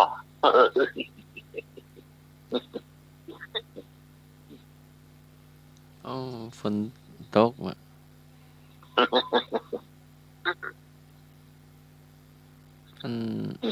แจ๊ะแม่แม่แปลว่าหยัง เมื่อใดตะวาตะวา อืมว่า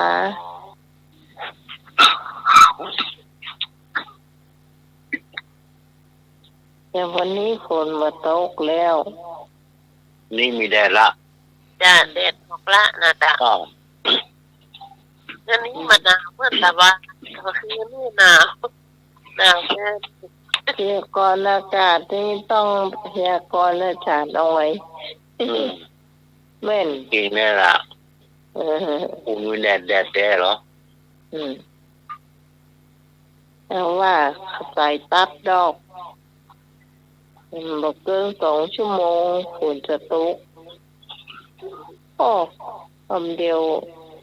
ใส่มาบ้าง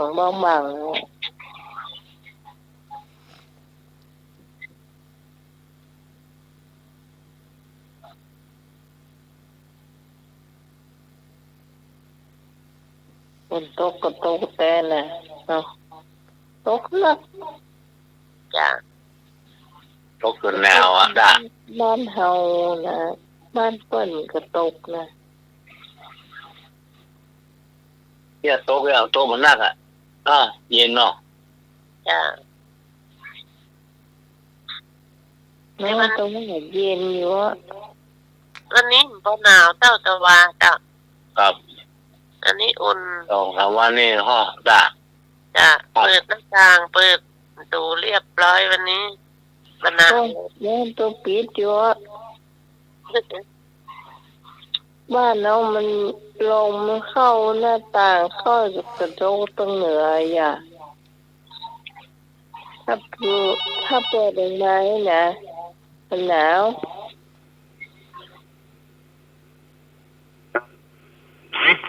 ตกแล้วนี่ดีกะเดียวงานลอยกระทงนี่มาได้แอวละครับงานลอยกระทงนี่ยิ่งใหญ่ครับครับนมัสการครับ แล้วไหมเจริญพรไหม เขากัน การละการละกัน เสียฉันจะมาจบแล้วก็เจ้า จบแล้วอ่ะเจ๊แม่ละ นะอันนี้เอามาฟังเปรตผมยาวหมอ ครับ เจ้าอันเรื่องเปรตผมยาวนี่มีเรื่องหนึ่งนะเจ้า ครับ เจ้ามีบ้านหลังหนึ่งพ่อแม่ก็ตายนะครอบครัวหนึ่งพ่อแม่ตายไปแล้วเหลือแค่ลูก2 คนคนใหญ่ชื่อโสมคนน้องชื่อสุก2 คนนี่อยู่ด้วยกันมาก็ห้าไข่กันดีเนาะปรองดองกัน คนไอ้สมนั่นเป็นคนใจบุญสุนทานเนาะ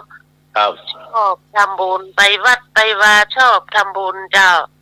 และตัวน้องนี่สุกนี่ตัวน้องนี่มาชอบทำบุญ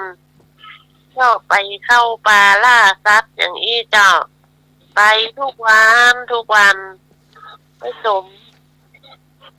เปิดกระเตือนน้องบอกก็น้องเข้าวัดเข้าวาทำบุญเนี่ยพ่อง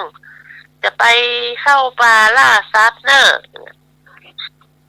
น้องก็ผมมาฟังแล้วจ้ะไปอยู่ทุกวันนั่นน่ะไปเข้าป่าไปล่าสัตว์ถ้าเอาได้อย่างมากก็เอาเนื้อไปขายได้ก็ตามยึดไว้นะจ๊ะ ครับ แล้วก็ไปเมินนานมาอ้ายมันก็บวชเป็นพระเป็นตู้เจ้าละมาอยู่ละไปเป็นตู้เจ้าละบวชอยู่วัดละจ้ะแล้วเหลือสุกน้องมันก็แต่งงานไปเนาะมีลูกมีเมียไป แล้วก็สุกก็ไปเข้าป่าล่าสัตว์อยู่ทุกวันมาเคยทำบุญเลยจ้ะวันหนึ่งไอ้สุกไปเข้าไปป่าพร้อมกับนายพรานป่าคนเพื่อนมันเนาะ ครับ เข้าไปล่าสัตว์ตันอย่างไปเจอหมีควายเจ้า โอ้ ป่ามาไม่ใหญ่เจ้าหมีควายก็หันแล้ว2 คนเนี่ยจุกกับเพื่อนมันเหมือนกันระวังตัว เพื่อนมันจะเอกกับไปซุกก่อนหมีควายนะเจ้า ครับ แล้วก็โคบไปซุกตายเข้าไปหันเพื่อนมันกลัวมันก็ตันได้ล่นขึ้นต้นไม้ละอยู่บนพุ่นผลสุดท้ายซุกมันก็ตายโดนหมีควายโคบนะ อืม ก็เพื่อนมันก็ย้าวมาเพื่อนมันก็ลงเข้าไปในบ้านลงต้นไม้ วิ่งเข้าไปในหมู่บ้านเนาะไปบอกคือดูโสมว่าซุกเนี่ยโดนหมีควายโคบตายในป่าเนาะ ครับ ตุปี้เพิ่นก็มาจ้างเนี่ยเอาไปซุกไปต้านก็ไม่ได้ เลยเผาแห่ห้านเลยที่ในป่าจ้ะก็ต่อมา5 ปีต่อมาพระภิกษุเมืองไทยทุดงไปเนาะ ครับ ไปพักที่ริมห้วยหิมน้ำน่ะอยู่ห้องน้ำฮะเนาะมันก็บักไก่จากเตียนไอ้ซุกตายหั่นก็บักกระไดพระภิกษุเมืองไทยเฮานี่ก็เดินทุดงไปปักกดอยู่หั่นจ้ะอยู่ใกล้ๆหั่นน่ะบักไก่10 เนี่ยจ้ะ ครับ ก็ต้องไปแล้วก็นั่งปฏิค่ำมาแรงมาอาบน้ำเสร็จเรียบร้อย ก็ปักกดเรียบร้อยก็นั่งสมาธิปฏิบัติธรรมอยู่หั่นเดินจงกรมนั่งสมาธิอยู่หั่นจนถึง2 ทุ่มมีเดือนเนาะก็ขึ้นมาหน่อยหนึ่งจะ2 ทุ่มประมาณปฏิบัติธรรมไปเดินจงกรมไปนั่งสมาธิอยู่ไอโกดท่านสักมื้อหนึ่งดึกประมาณสักตี 1ไอ้ซุกเรื่องที่มันตายอะนะครับ นั่นเป็นผีเปรตเจ้าไม่ไปเกิดเป็นผีเปรตผมยาวมา อืม ขอความอนุเคราะห์ขอส่วนบุญจากพระภิกษุไอ้ซุกมันก็ว่ามันหันแสงศีลแสงธรรมของพระภิกษุเมืองไทยที่ทุดงไปปฏิบัติธรรมหันแสงเจิดจ้าเนาะมันก็ค่อยๆออกเป็นเปรตผมยาวค่อยๆออกมาเล่าความจริงความเป็นมาของตัวเก่าให้ถ้าภิกษุเมืองไทยนะที่ดังทุดงหันฟัง แล้วก็จะพระธุดงค์เพิ่นก็บอกว่าจะให้ช่วยหยังช่วยให้ไปบอกคือตู้ปี้ที่อยู่วัดในหมู่บ้านฮะบอกคือทำบุญให้พ่องทำสังฆทานทำตักบาตรอย่างก็ได้ใจบาตรให้แล้วก็เอาผ้าคือตามตรงผ้าบางสกุลให้โดยแล้วเช้ามาพระภิกษุก็ลงไปบิณฑบาตที่ในหมู่บ้านเนาะแล้วไปถามหาตุปีโสมก็เล่าเรื่องไอ้ซุกที่เป็นเปรตผมยาวให้ฟังแล้วก็ไปบอกเพื่อนที่เมียมันก็ไปสนใจเนาะมันเคยเข้าวัดเข้าวาจะ อืม ลูกพี่ไอ้โสมแล้วก็เปิ้นก็มาบางสกุลเนาะแล้วก็ไปถวายพระทหารกับพระภิกษุเมืองไทยให้เนาะถวายแล้วก็เอาผ้าบางสกุลมาถวายแล้วก็ได้มาซุกเมืองค่ำมาก็ไอ้ซุกมันก็เป็นกายเป็นคนเป็นนี่ละเบาใจเป็นเปรตผมยาวมาขอส่วนบุญคือหน้าของใสละมีเสื้อมีผ้านุ่งพระเจ้าก็ไปแล้วก็บอกฝากไปบอกขอบคุณทุกปีเนาะว่ามันจะไปเกิดละมันไปอยู่เป็นเปรตละมันไปเกิดดีในทางที่ดีแล้วมันบอกว่าชาติหน้าถ้ามันเกิดทำไมมันจะขอเข้าเป็นคนไปไหนก็ไปทำบุญไปสุนทานอย่างยากอะทำบุญสุนทานไปมันจะทำตัวเหมือนชาตินี้ที่เขาเคยเกิดมาเป็นเนี่ยแบบปลาเข้าปลาบาล่าสัตว์ละขออย่างนี้ถ้าภิกษุเมืองไทยก็อนุโมทนาเปรตผมยาวสหายไปหายตัวไปกระจะโยกเลยเจ้าเอาเกิดมาก็ต้องสร้างสมบุญบารมีไปเรื่อยๆเนาะ ครับ เจ้าเข้าวัดสุนทานเจ้า ถ้าบางคนมันบ่สนใจเนาะบางคนนะบ่สนใจในทำบุญแล้วก็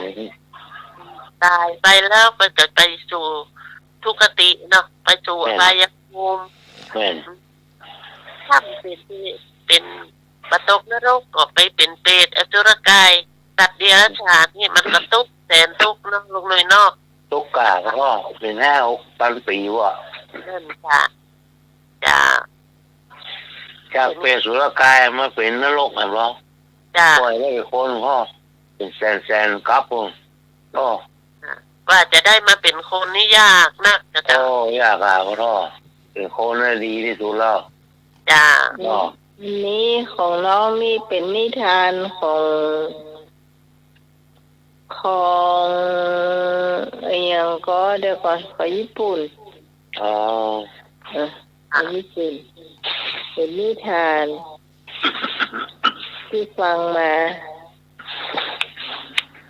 ถ้าว่าวันศุกร์กับวัน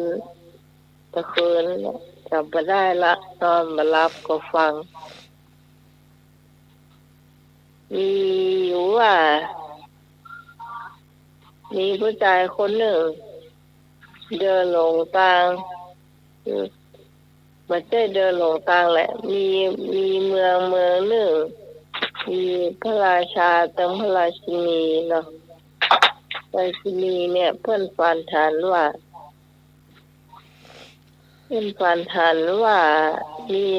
มีกวางตัวหนึ่งมีเขาเป็น5 สีก่อน มีเขา5 สี แล้วก็เปิ้นก็มาบอกว่าพระราชาเนี่ยเปิ้นทหารไปเสาะหาพระกรรมเปิ้นอยากได้ ถ้าบ่ได้นี่เปิ้นจะกินบ่ได้นอนบ่หลับอย่ากะแล้วทีนี้มันก็มีอันเปิ้นของประชุมกันว่าเดี๋ยวไผไปหากวาง5 สีเนี่ยเขา5 สีมันจะมีอยู่ก่อนนะพอดีมีผู้ชายคนหนึ่งมันจำเป็นมันจับฉลากได้อันอายุน้อยเห็นตัวเพิ่นจับฉลากกันหรอตรงมดตรงมวลต้องเสียสละคนหนึ่งไปดูลาดเราก่อนถ้าจะไปดูลาดเรามาแล้วก็ต้องก้อยมาอู้หมู่เฮาฟังนี่แหละเขาตกลงกันจะอีกพอดีจับฉลากได้ไอ้น้องคนนั้นไปไปแกก็ไปแต่เจ้าไปเสาะหากวางขอโทษไปเจอแต่ว่าบ่มีเจ้ากวางมีแล้วก็มีอยู่กา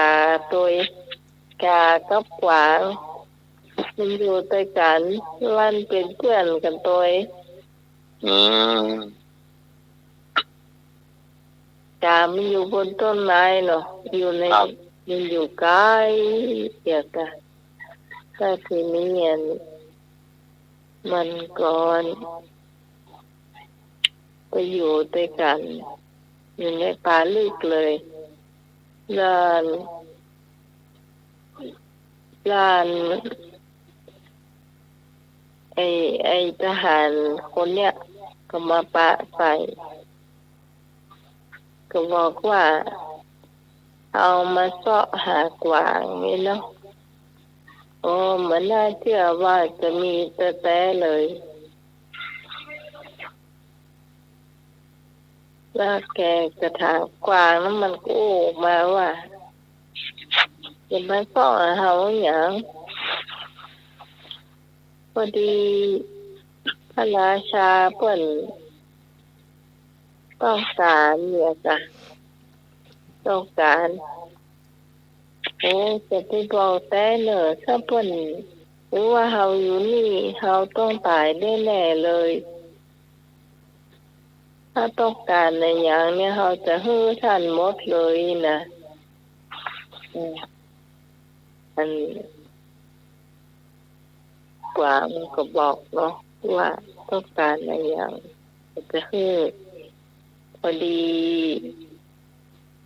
แกมีทรัพย์สมบัติอยู่อันหนึ่งเนี่ยนะแกก็ฮื้อแกก็กราบอะคล้ายๆว่ากราบจักจักจากเสื้อจากแขนเสื้อว่าซื่อๆเนาะจากแขนเสื้อขึ้นไปบนดอยพุ่นไปแต่ว่าเข้าใจว่ามันจากไปเนี่ยโอ้ลักแร้ทางบนที่ใกล้ๆถ้ำน่ะมันมีแก้วแหวนเงินทองนักขนาดเลยผู้ชายคนนั้นก็ได้ไปเพราะว่ากวางเป็นคนจักมันไปเนาะแล้วมันก็คือสัญญาว่ามันจะมาบอกไผว่ากวางเนี่ยอยู่ที่นี่สัญญาไว้แล้วนะแล้วก็ปีกไปที่บ้านของมันแล้วก็ที่ครอบครัวมันตัวเองเนาะว่าทีนี้พอตังสำนักเปิ้นหูว่ามันปีกมาแล้วหันก็มีกวางอยู่ก็เรียกอะหมู่แต่ละคนที่เขามาจับฉลากกันนะก็มาถามว่าหันกวางก็ตอนแรกมันก็บอกว่าบาหารมันบอกมันก็เลิกถึงว่าสัญญาว่ามันอู้ว่ามันจะบอกอีเนาะนี่ว่าบาหารทีนี่มันปีกมามันคล้ายๆมันลืมตัวมันฟุ่มเฟือยเนาะคนยังหนุ่มอยู่อ่ะใช้จ่ายแบบฟุ่มเฟือยได้แก้วแหวนเงินทองกาไปขายแล้วมาใช้จ่ายจนป้อมดเจ้ามดเลยนะป้อมมดแล้วก็ให้บอกพระราชาว่าพระราชาข้าพเจ้ามีเรื่องจะบอกว่าขวางเขา54เนี่ยมันมีจริงอ้าวอย่างเพิ่งบอกจริงข้าพเจ้าหูต้องเหมือนละแต่ไม่อยากบอกแกว่าอันเพราะถ้ามีจริงก็อันก็ใจปาไปเนาะปาไปตรงหมู่ฐานตรงมดนั่นนะจนไปถึงที่กวางท่านอยู่พอดีกามันหันก่อนกามันก็ฟังเนาะฟังบินไปแล้วก็เหมือนว่าจะให้กวางเนี่ยหนีไปไกลๆแต่ว่ามันช้าไปเห็นแล้วเจ้าหมู่ทหารล้อม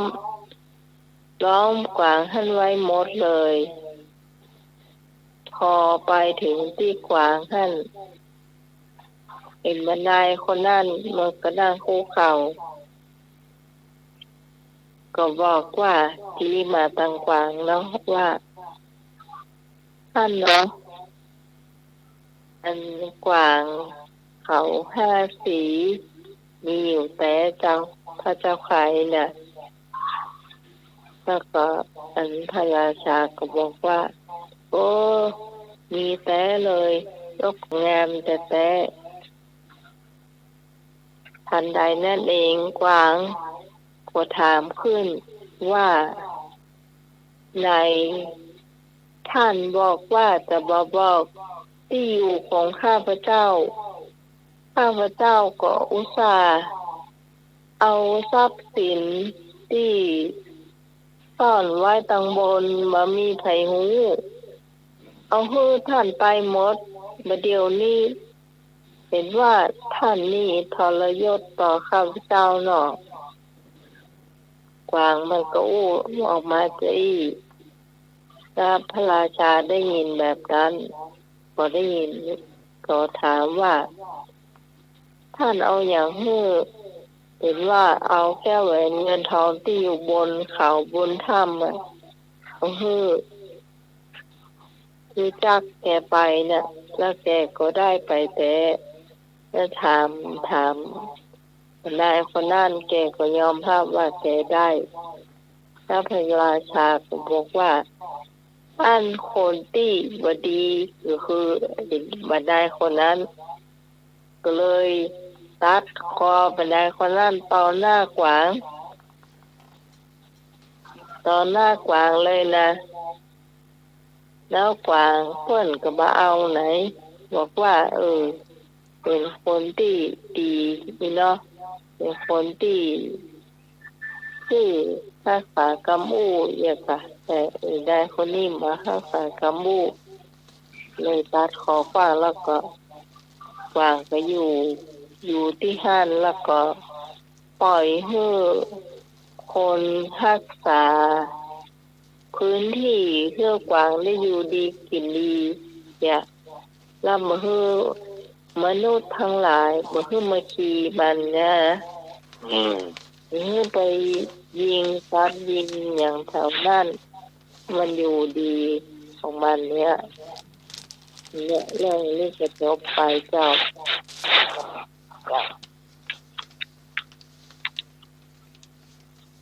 ที่น่าจะฟังมาถ้าวันพัดกับวันศุกร์ด้วยกัน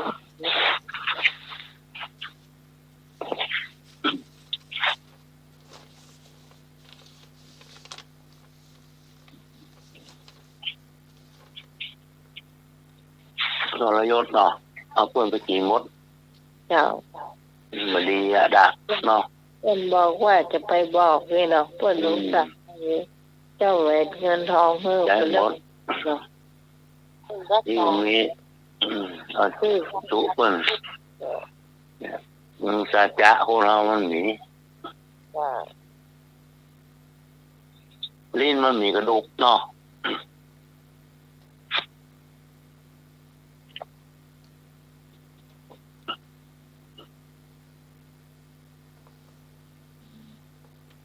จบไปแล้วเนาะ2 เรื่องครับนี่ก็ไม่เห็นเรื่องเรื่องพระพุทธเจ้ากับเศรษฐีบนดอยหรอต้องรู้ว่าเศรษฐีนี่ใจบุญชอบทำบุญใส่บาตร1 วันพระเจ้านี่อยู่บนดอยนะติวันพระไหนไปลงมาคุมบาตรเรื่องเนี้ยก็ลงมาป้าเศรษฐีนี่ก็ตีใส่บาตรใส่อย่างเงี้ยก็ชวนผู้ไปปฏิบัติธรรมบนดอยก็ชวนเศรษฐีไปเศรษฐีว่าหมอว่างเนี่ยนี่หมอว่างเนี่ยแม่พ่อแม่ก็ยังเข้าอยู่มีลูกตัวลูกผมมี3-4 คนน้อยอยู่แล้วก็บ้านก็มีที่อยู่ที่กินเนี่ยรอลูกใหญ่ก่อนรอเพื่อแต่งบ้านแม่ก่อนชวนนวงเดียวไปเจ้าไปพระเจ้าไปชวนไปปฏิบัติธรรมบนวัดแต่บ้านแต่พระเจ้าแล้วก็ว่างคือไปปฏิบัติธรรมบนวัดพ่อศึกษาธรรมะไปว่ามันว่างเรื่องแล้วเสร็จแล้วก็เจสีนี่ก็บอกว่าพระเจ้านะว่ามันได้ไปเถอะเจ้ามันเป็นยัง ได้ไปกับเป็นอย่างน้อยเนี่ยแล้วก็ต่างคนต่างไปเจ้าก็ปิดเปิดบ้านเศรษฐีนี่ก็ไปมาก็จะเริ่มทำบ้านให้แม่พ่อแม่อยู่หรอกเนี่ยสร้างเล็กสร้างอย่างมากสร้างปูนสร้างทรายสร้างอย่างมาแต่งบ้านให้พ่อแม่อยู่ลูกก็น้อยอยู่ที่2 วันก็เริ่มทำงานสร้างบ้านสร้างโครงหลังคาเรียบร้อย3-4 วันแล้วก็สร้างอยู่ล่างแล้วเศรษฐีนี่ก็ได้ไปห่อเขาแต่งบ้านหลายวันโซดเข้าไปห่อเนี่ยห่อบ้านห่ออย่างเอาขึ้นบนหลังคาอะไรอ่ะเข้าไปแยงซ้ายแยงขวาเข้าหน้าล่ะอ๋อพอดีก็พอดีอ่ะถ้าพอดีคนงานมันอยู่บนหลังคาเนี่ยแต่งเล็กเนาะโครงเล็กอ่ะเศรษฐีมันอยู่ตรงรูปอ่ะมวยคนงานมันเน็บแอวโลนลงมาอยู่อะใส่หัวเศรษฐีใส่หัวเศรษฐีอ่ะบอกตายมากเลยนะอยากลูกมันน้อยไม่ได้ไปไม่ได้มีสตังค์ก่อมันตายไงบ้านก็ไม่ได้แปลงสักครั้งแปลงหมดแล้วเนี่ยก่อมันตายไหมเนี่ยโดนมุยได้7-8 วันละทุกเจ้าต้องลงมาลงมาว่าเศรษฐีนี่ไปไหนว่ามาผ่านเศรษฐีก็เดินไปกลายบ้านเศรษฐีไปบ้านเก่านะที่ไหนหลงนะอย่างหูตีข้างฝาอะไรอ่ะมันเป็นอย่างเงี้ยก็ตายอะไรหรอมวยตกสมองบนของเราแน่นอนด้วยอ่ะมีโอกาสผมได้ไปบ้านเพียงเลยหมดโอกาสเป็นไงอ่ะก็เลยว่าประมาทชีวิตครับมีคนแกถ้าแกไปเนี่ยแล้วก็รอดตายแล้วเนาะอ้างว่าบ้านลูกก็น้อยเมียห่อแล้วปล่อยลูกมันใหญ่จ้ะถ้าลูกใหญ่มาก็แต่งงานมีรอบมีเลี้ยงแล้วอีกเครื่องมือปฏิบัติธรรมแม่มีที่อยู่ที่กินนะอย่าได้สักอย่างอย่า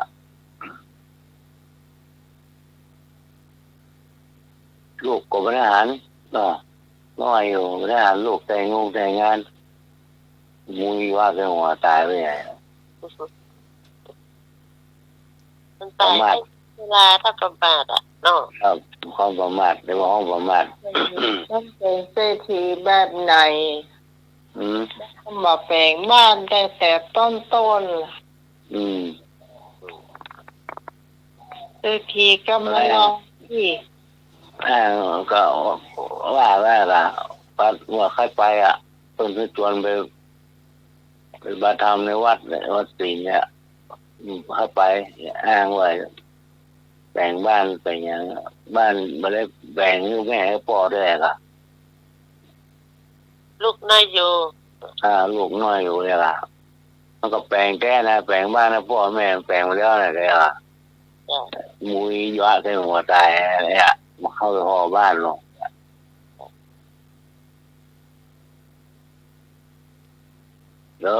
ประมาทชีวิตเนี่ยก็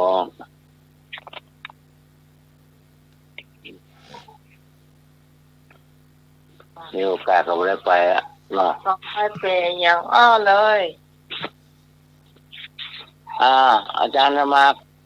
อะไรตื่นแล้วทำวัดเช้ากัน ทำวัดเช้า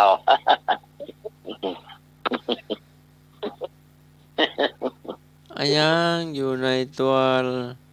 หายอยู่เสมอบ่ฮู้จักหมดยังที่อยู่ในตัวหายอยู่เสมอบ่รู้จักหมด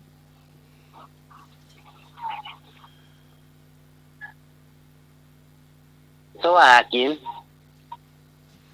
ย่าง ลมหายใจ ถูกต้อง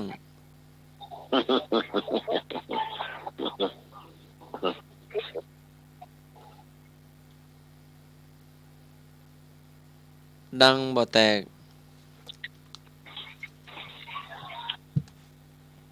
ฮะ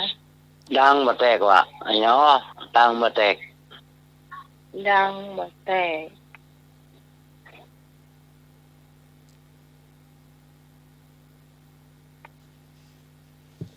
ดังแล้วบ่แตกอีกดังบ่แตกเอ๊ะ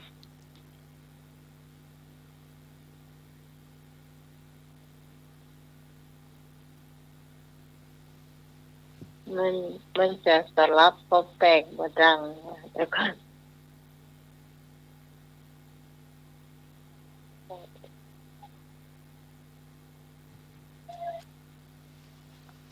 ดังบ่แตก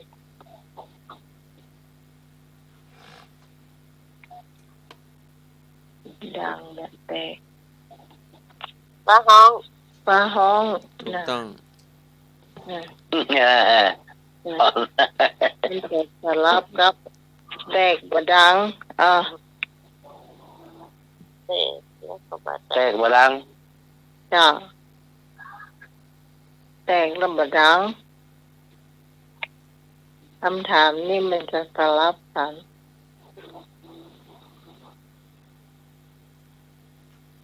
เป็นลิ้นเล่า ต้อง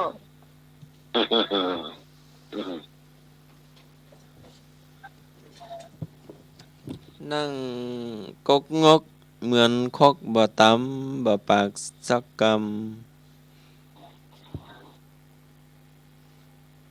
พระพุทธรูป ถูกต้อง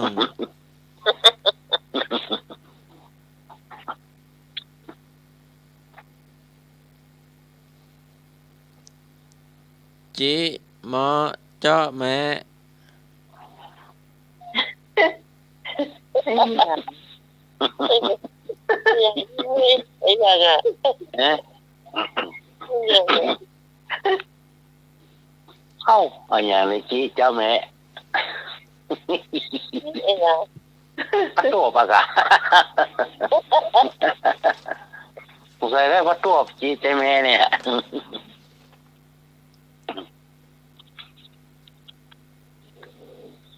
ว่าใหม่อ่ะว่าใหม่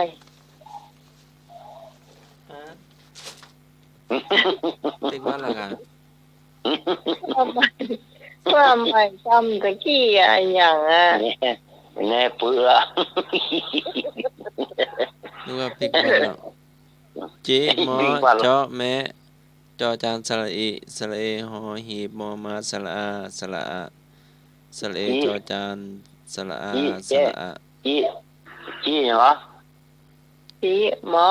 เจาะแม่ สระเอหอหีบมอมาสระอา มันเป็นคำขวัญนะ จี้หมอแจ้แม่ มันเป็นคำขวัญนี่ เจ้า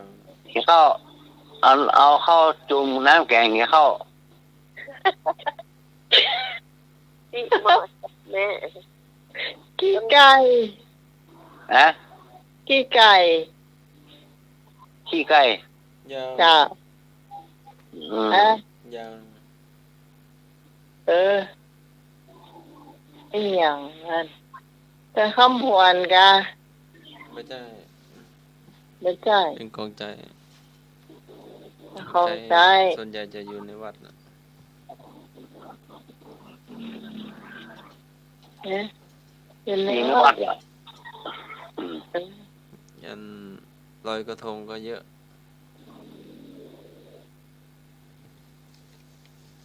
ทาง ตามเตียนตามติด ทางมาติด เจ้าเตียนไข เตียนไข่ เทียนขี้ผึ้ง อืม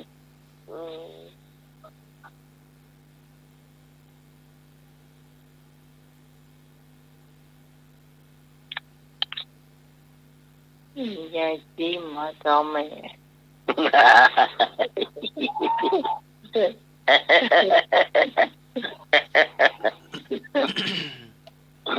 ก็เลยว่าผมพัดตัวไปจีใจไหม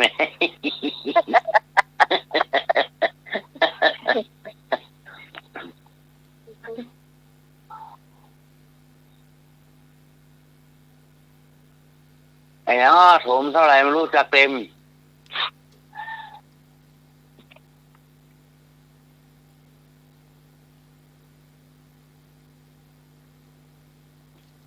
ทมเท่าไรไม่รู้จักเต็ม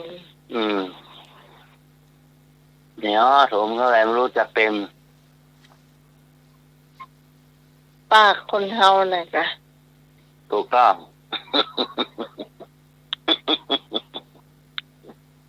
กินวอมวอมผมจะค่อย ที่ไหนเอามือเนอะไอ้ออนนั่งในจอกน้ำแกงในเอาที่แม่ไปเจ้าละ โอ้ยเขาก็เคยเหนือวันแต่ว่ารับละอีก แล้วมันน้องครับเรามาเถียงกันละ คนขาดเด็ก3-1ยังมาเถียงมาอยู่ เอ้ยทำดิ้วก็ไม่จันทาเตื้อ แค่อย่างนั้นอย่างนั้นมากคำเดียวไปละ ไปเปล่าอย่าคนขาด ฟังละไอ้ฮอนฟังละไอ้ฮอน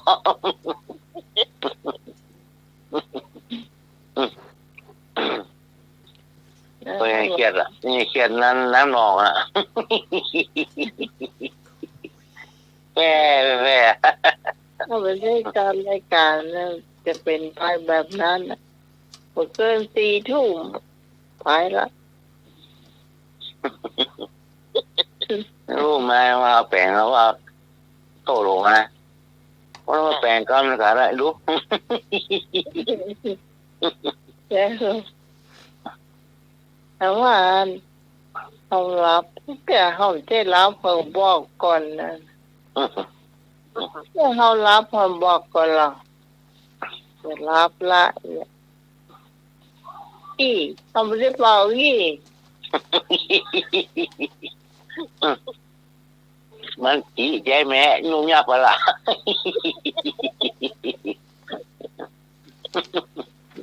หนาวแต่กินน่ะ ฮะ หนาว เอาคืนนี้โอ้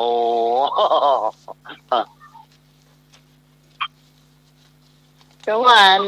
ใส่รองเท้าอย่างเสร็จเรียบร้อย เตรียมพร้อมหรอ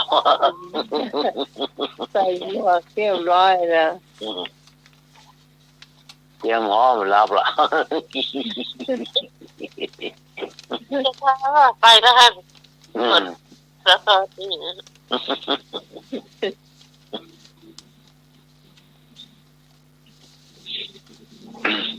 ไอ้เนาะฟันมาเข้า ฟันเหยิน จัดแล้วในเวลากับโบเปิ้ล เข้าฟันเหยิน แต่ในเวลากับโบเปิ้ลฟันมาเข้า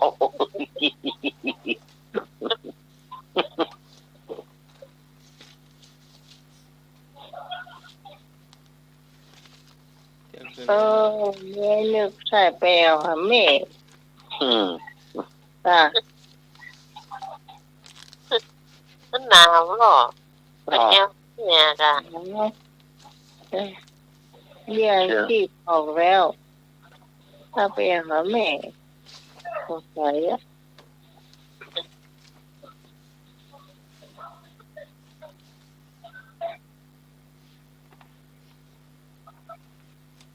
นี่อาจารย์สมัครว่ามา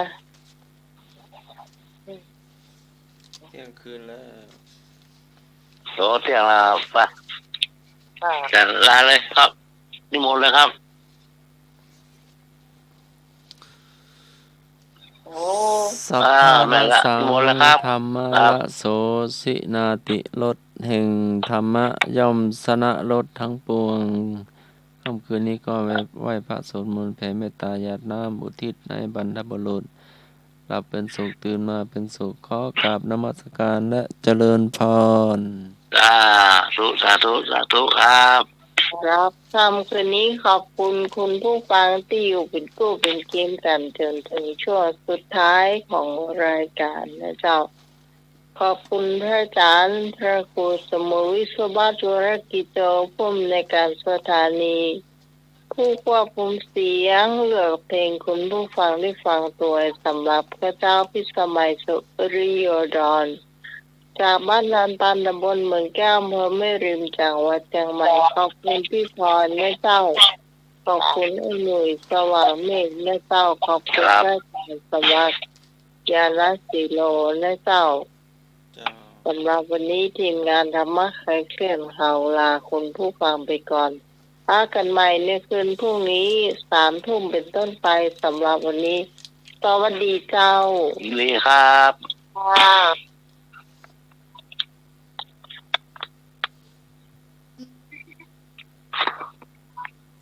อากาศเย็นเนอะ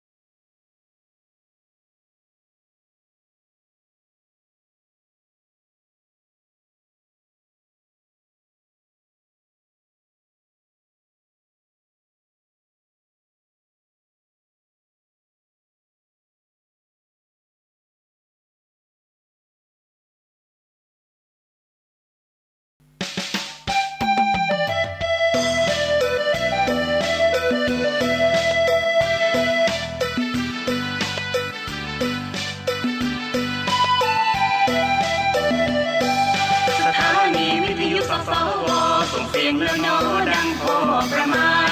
FM 104.5กังวาน FM 104.5กังวานขอเชิญทุกท่านฟังรายการดีตั้งวัดไฟอำเภอเมืองเชียงใหม่รุ่งเรืองฟุ้งเฟื่องแสงสีเป็นวิทยุเพื่อประเพณีเป็นวิทยุเพื่อประเพณีศึกษาวิถีพุทธศาสตร์และศิลป์ส่งเสริมวัฒนธรรมกันดีๆทั้งนั้นสุขสันต์ชีวิตจากพระไตรปิฎกแท้ทั้งสิ้นจากพระไตรปิฎกแท้ทั้งสิ้นทั่วทั้งแผ่นดินได้ยินเสียงพระธรรมออกอากาศไกลๆทั่วโลกดับทุกข์ดับโศกให้โชคเลิศล้ำผ่านอินเทอร์เน็ตเว็บไซต์ประจำผ่านอินเทอร์เน็ตเว็บไซต์ประจำไปยิงกระออกนำสู่มวลประชาสถานีของเราชาวพุทธแสนบริสุทธิ์ท่องวาจาไม่พูดเรื่องการเมืองนานาไม่พูดเรื่องการเมืองนานาพุทธศาสนามัชฌิมาธรรม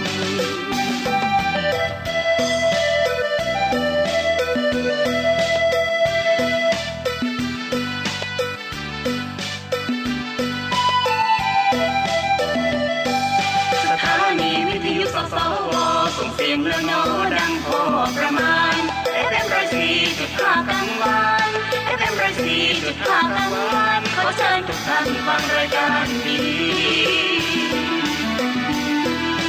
ตั้งอยู่วัดไฟอำเภอเมืองเชียงใหม่รุ่งเรืองฟุ้งเฟื่องแสงสีเป็นวิทยุเพื่อประเพณี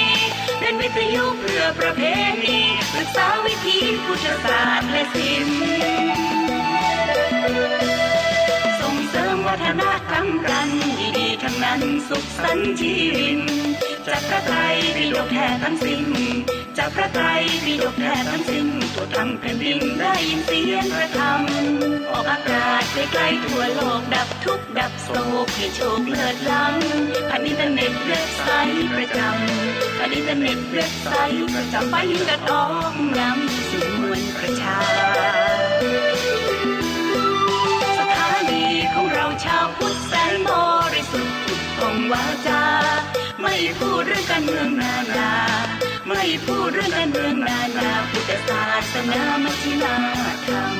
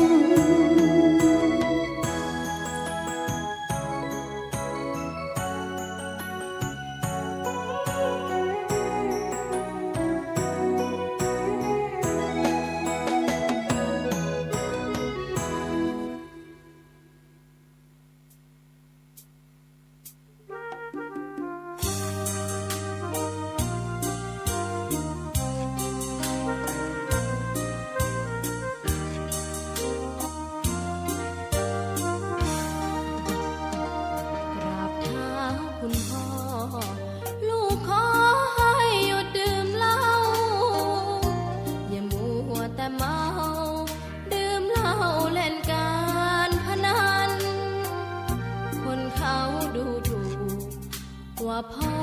ขี้เกียจทำงาน ชาวบ้านรังเกียจเดียดฉัน ต่างประจานคุณพ่อสิ้นดี สงสารคุณแม่ลำบากแท้หาเงินมาให้ได้มาเท่าใดพ่อใช้จนหมดไม่มีขัดสนจนยากลำบากคนแค้นเต็มทีอนาคตของลูกริบหรีความหวังที่มีมืดมนพ่อดื่มสุราเหมือนกินน้ำตาของแม่พ่อจะฐานะเราแย่หากไม่แก้ความจนแม่เตือนพ่อด่าตบตีแม่เสียจนชอกช้ำระกำมองมนซ้ำถูกคนเขานินทากราบเท้าคุณพ่อลูกขอให้หยุดดื่มเหล้าหากมัวแต่เมาคนเขาย้ำหมิ่นเรื่อยมากลับตัวเสียใหม่กลับใจมาพัฒนาพ่อจะมีคุณค่าเลิกดื่มสุราเลิกการพนัน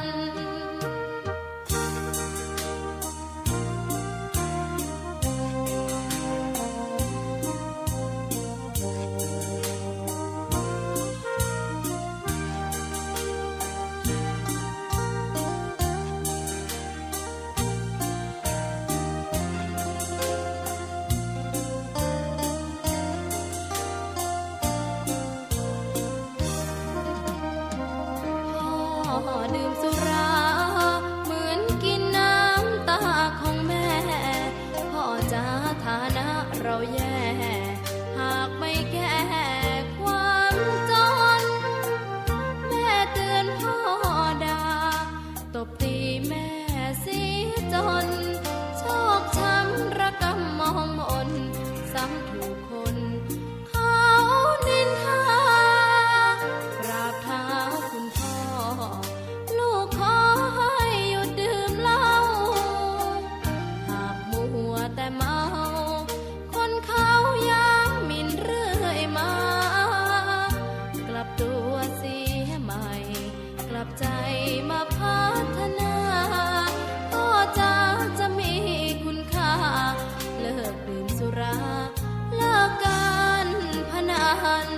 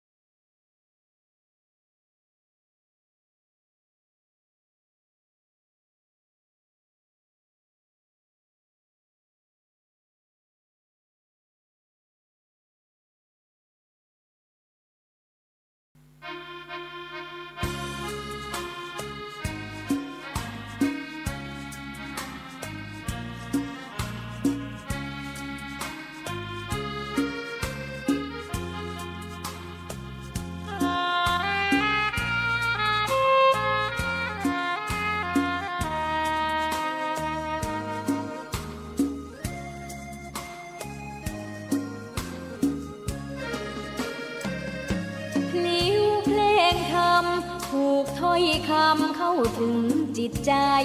ฟังรายการวิทยุเสียงใสส่งถึงใจไปสู่ปลายนาสารธรรมน้อมนำมองพระศาสดาบอกผู้คนทั่วลาหันมาเข้าวัดฟังธรรมคลื่นเสียงนี้เป็นคลื่นธรรมะจากใจส่งถึงบ้านไกลบ้านไกลฟังได้สุขใจล้ำยามดึกดื่นค่ำคืนมีงานต้องทำเป็นคลื่นสารธรรมเน้นย้ำธรรมะเพื่อนใจเสียงคลื่นธรรมบอกหลักธรรมให้คลายความเหงาฟังเสียงธรรมะเบาเบาบอกเล่าถึงคนบ้านไกลสื่อธรรมะบอกลดละละวางด้วยใจ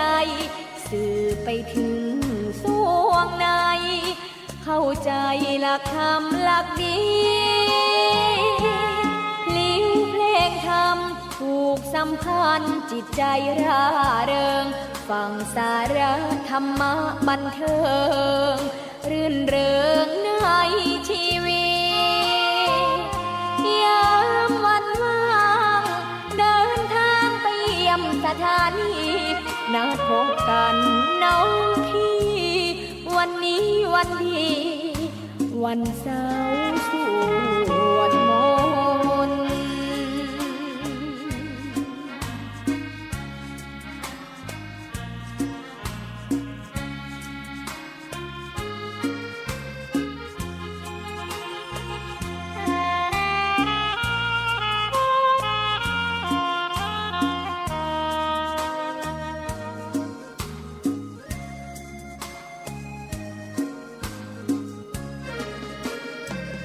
เสียงคลื่นธรรมบอกหลักธรรมให้คลายความเหงาฟังเสียงธรรมะเบาเบาบอกเล่าถึงคนบ้านไกลสื่อธรรมะบอกลดละละวางด้วยใจสื่อไปถึงสวงในเข้าใจหลักธรรมหลักดีธรรมผูกสัมพันธ์จิตใจร่าเริงฟังสาระธรรมะบันเทิงรื่นเริงในชีวิตยามวันว่างเดินทางไปเยี่ยมสถานีนัดพบกันน้องพี่วันนี้วันดีวันเสาร์สวดมนต์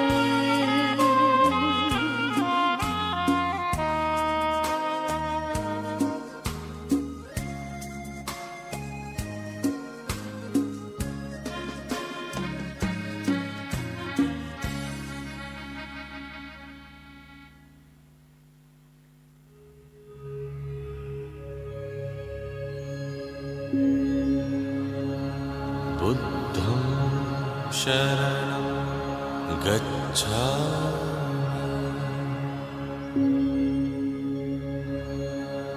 धम्मं शरणं गच्छामि संघं शरणं गच्छामि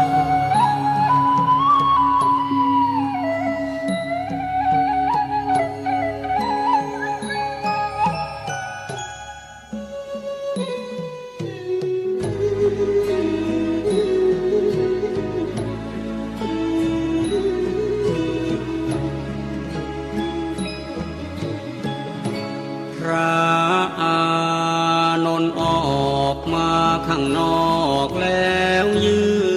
นแอบสะอื้นกล้ำกลืนทุกโทมทวี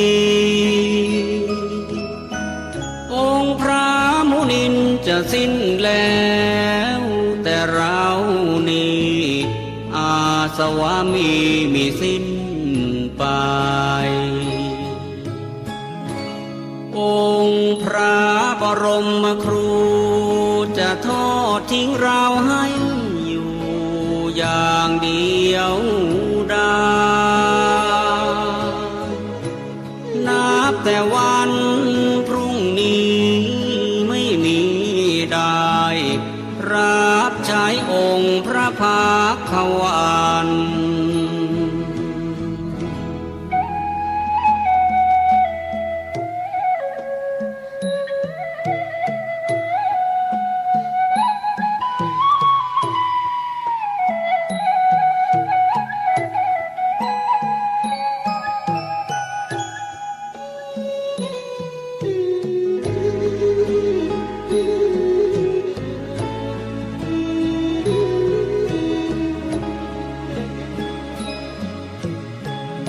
อานนท์นี้จะ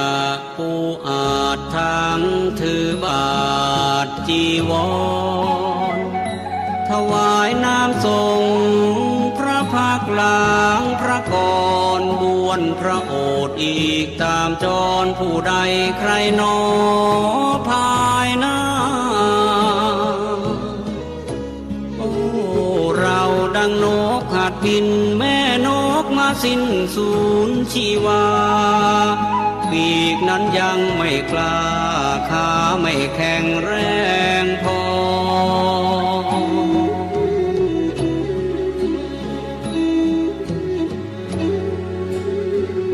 ยังบินทลา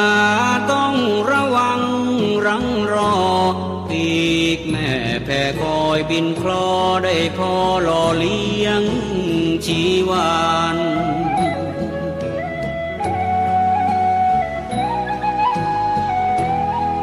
เปรียบเป็นเช่นเราได้เพียงพระโสดาบันยังไม่ทันสำเร็จเป็นพระอรหันต์พระศาสดาก็จะมาปรินิพพานในราตรีนี้ไม่นานผ่าน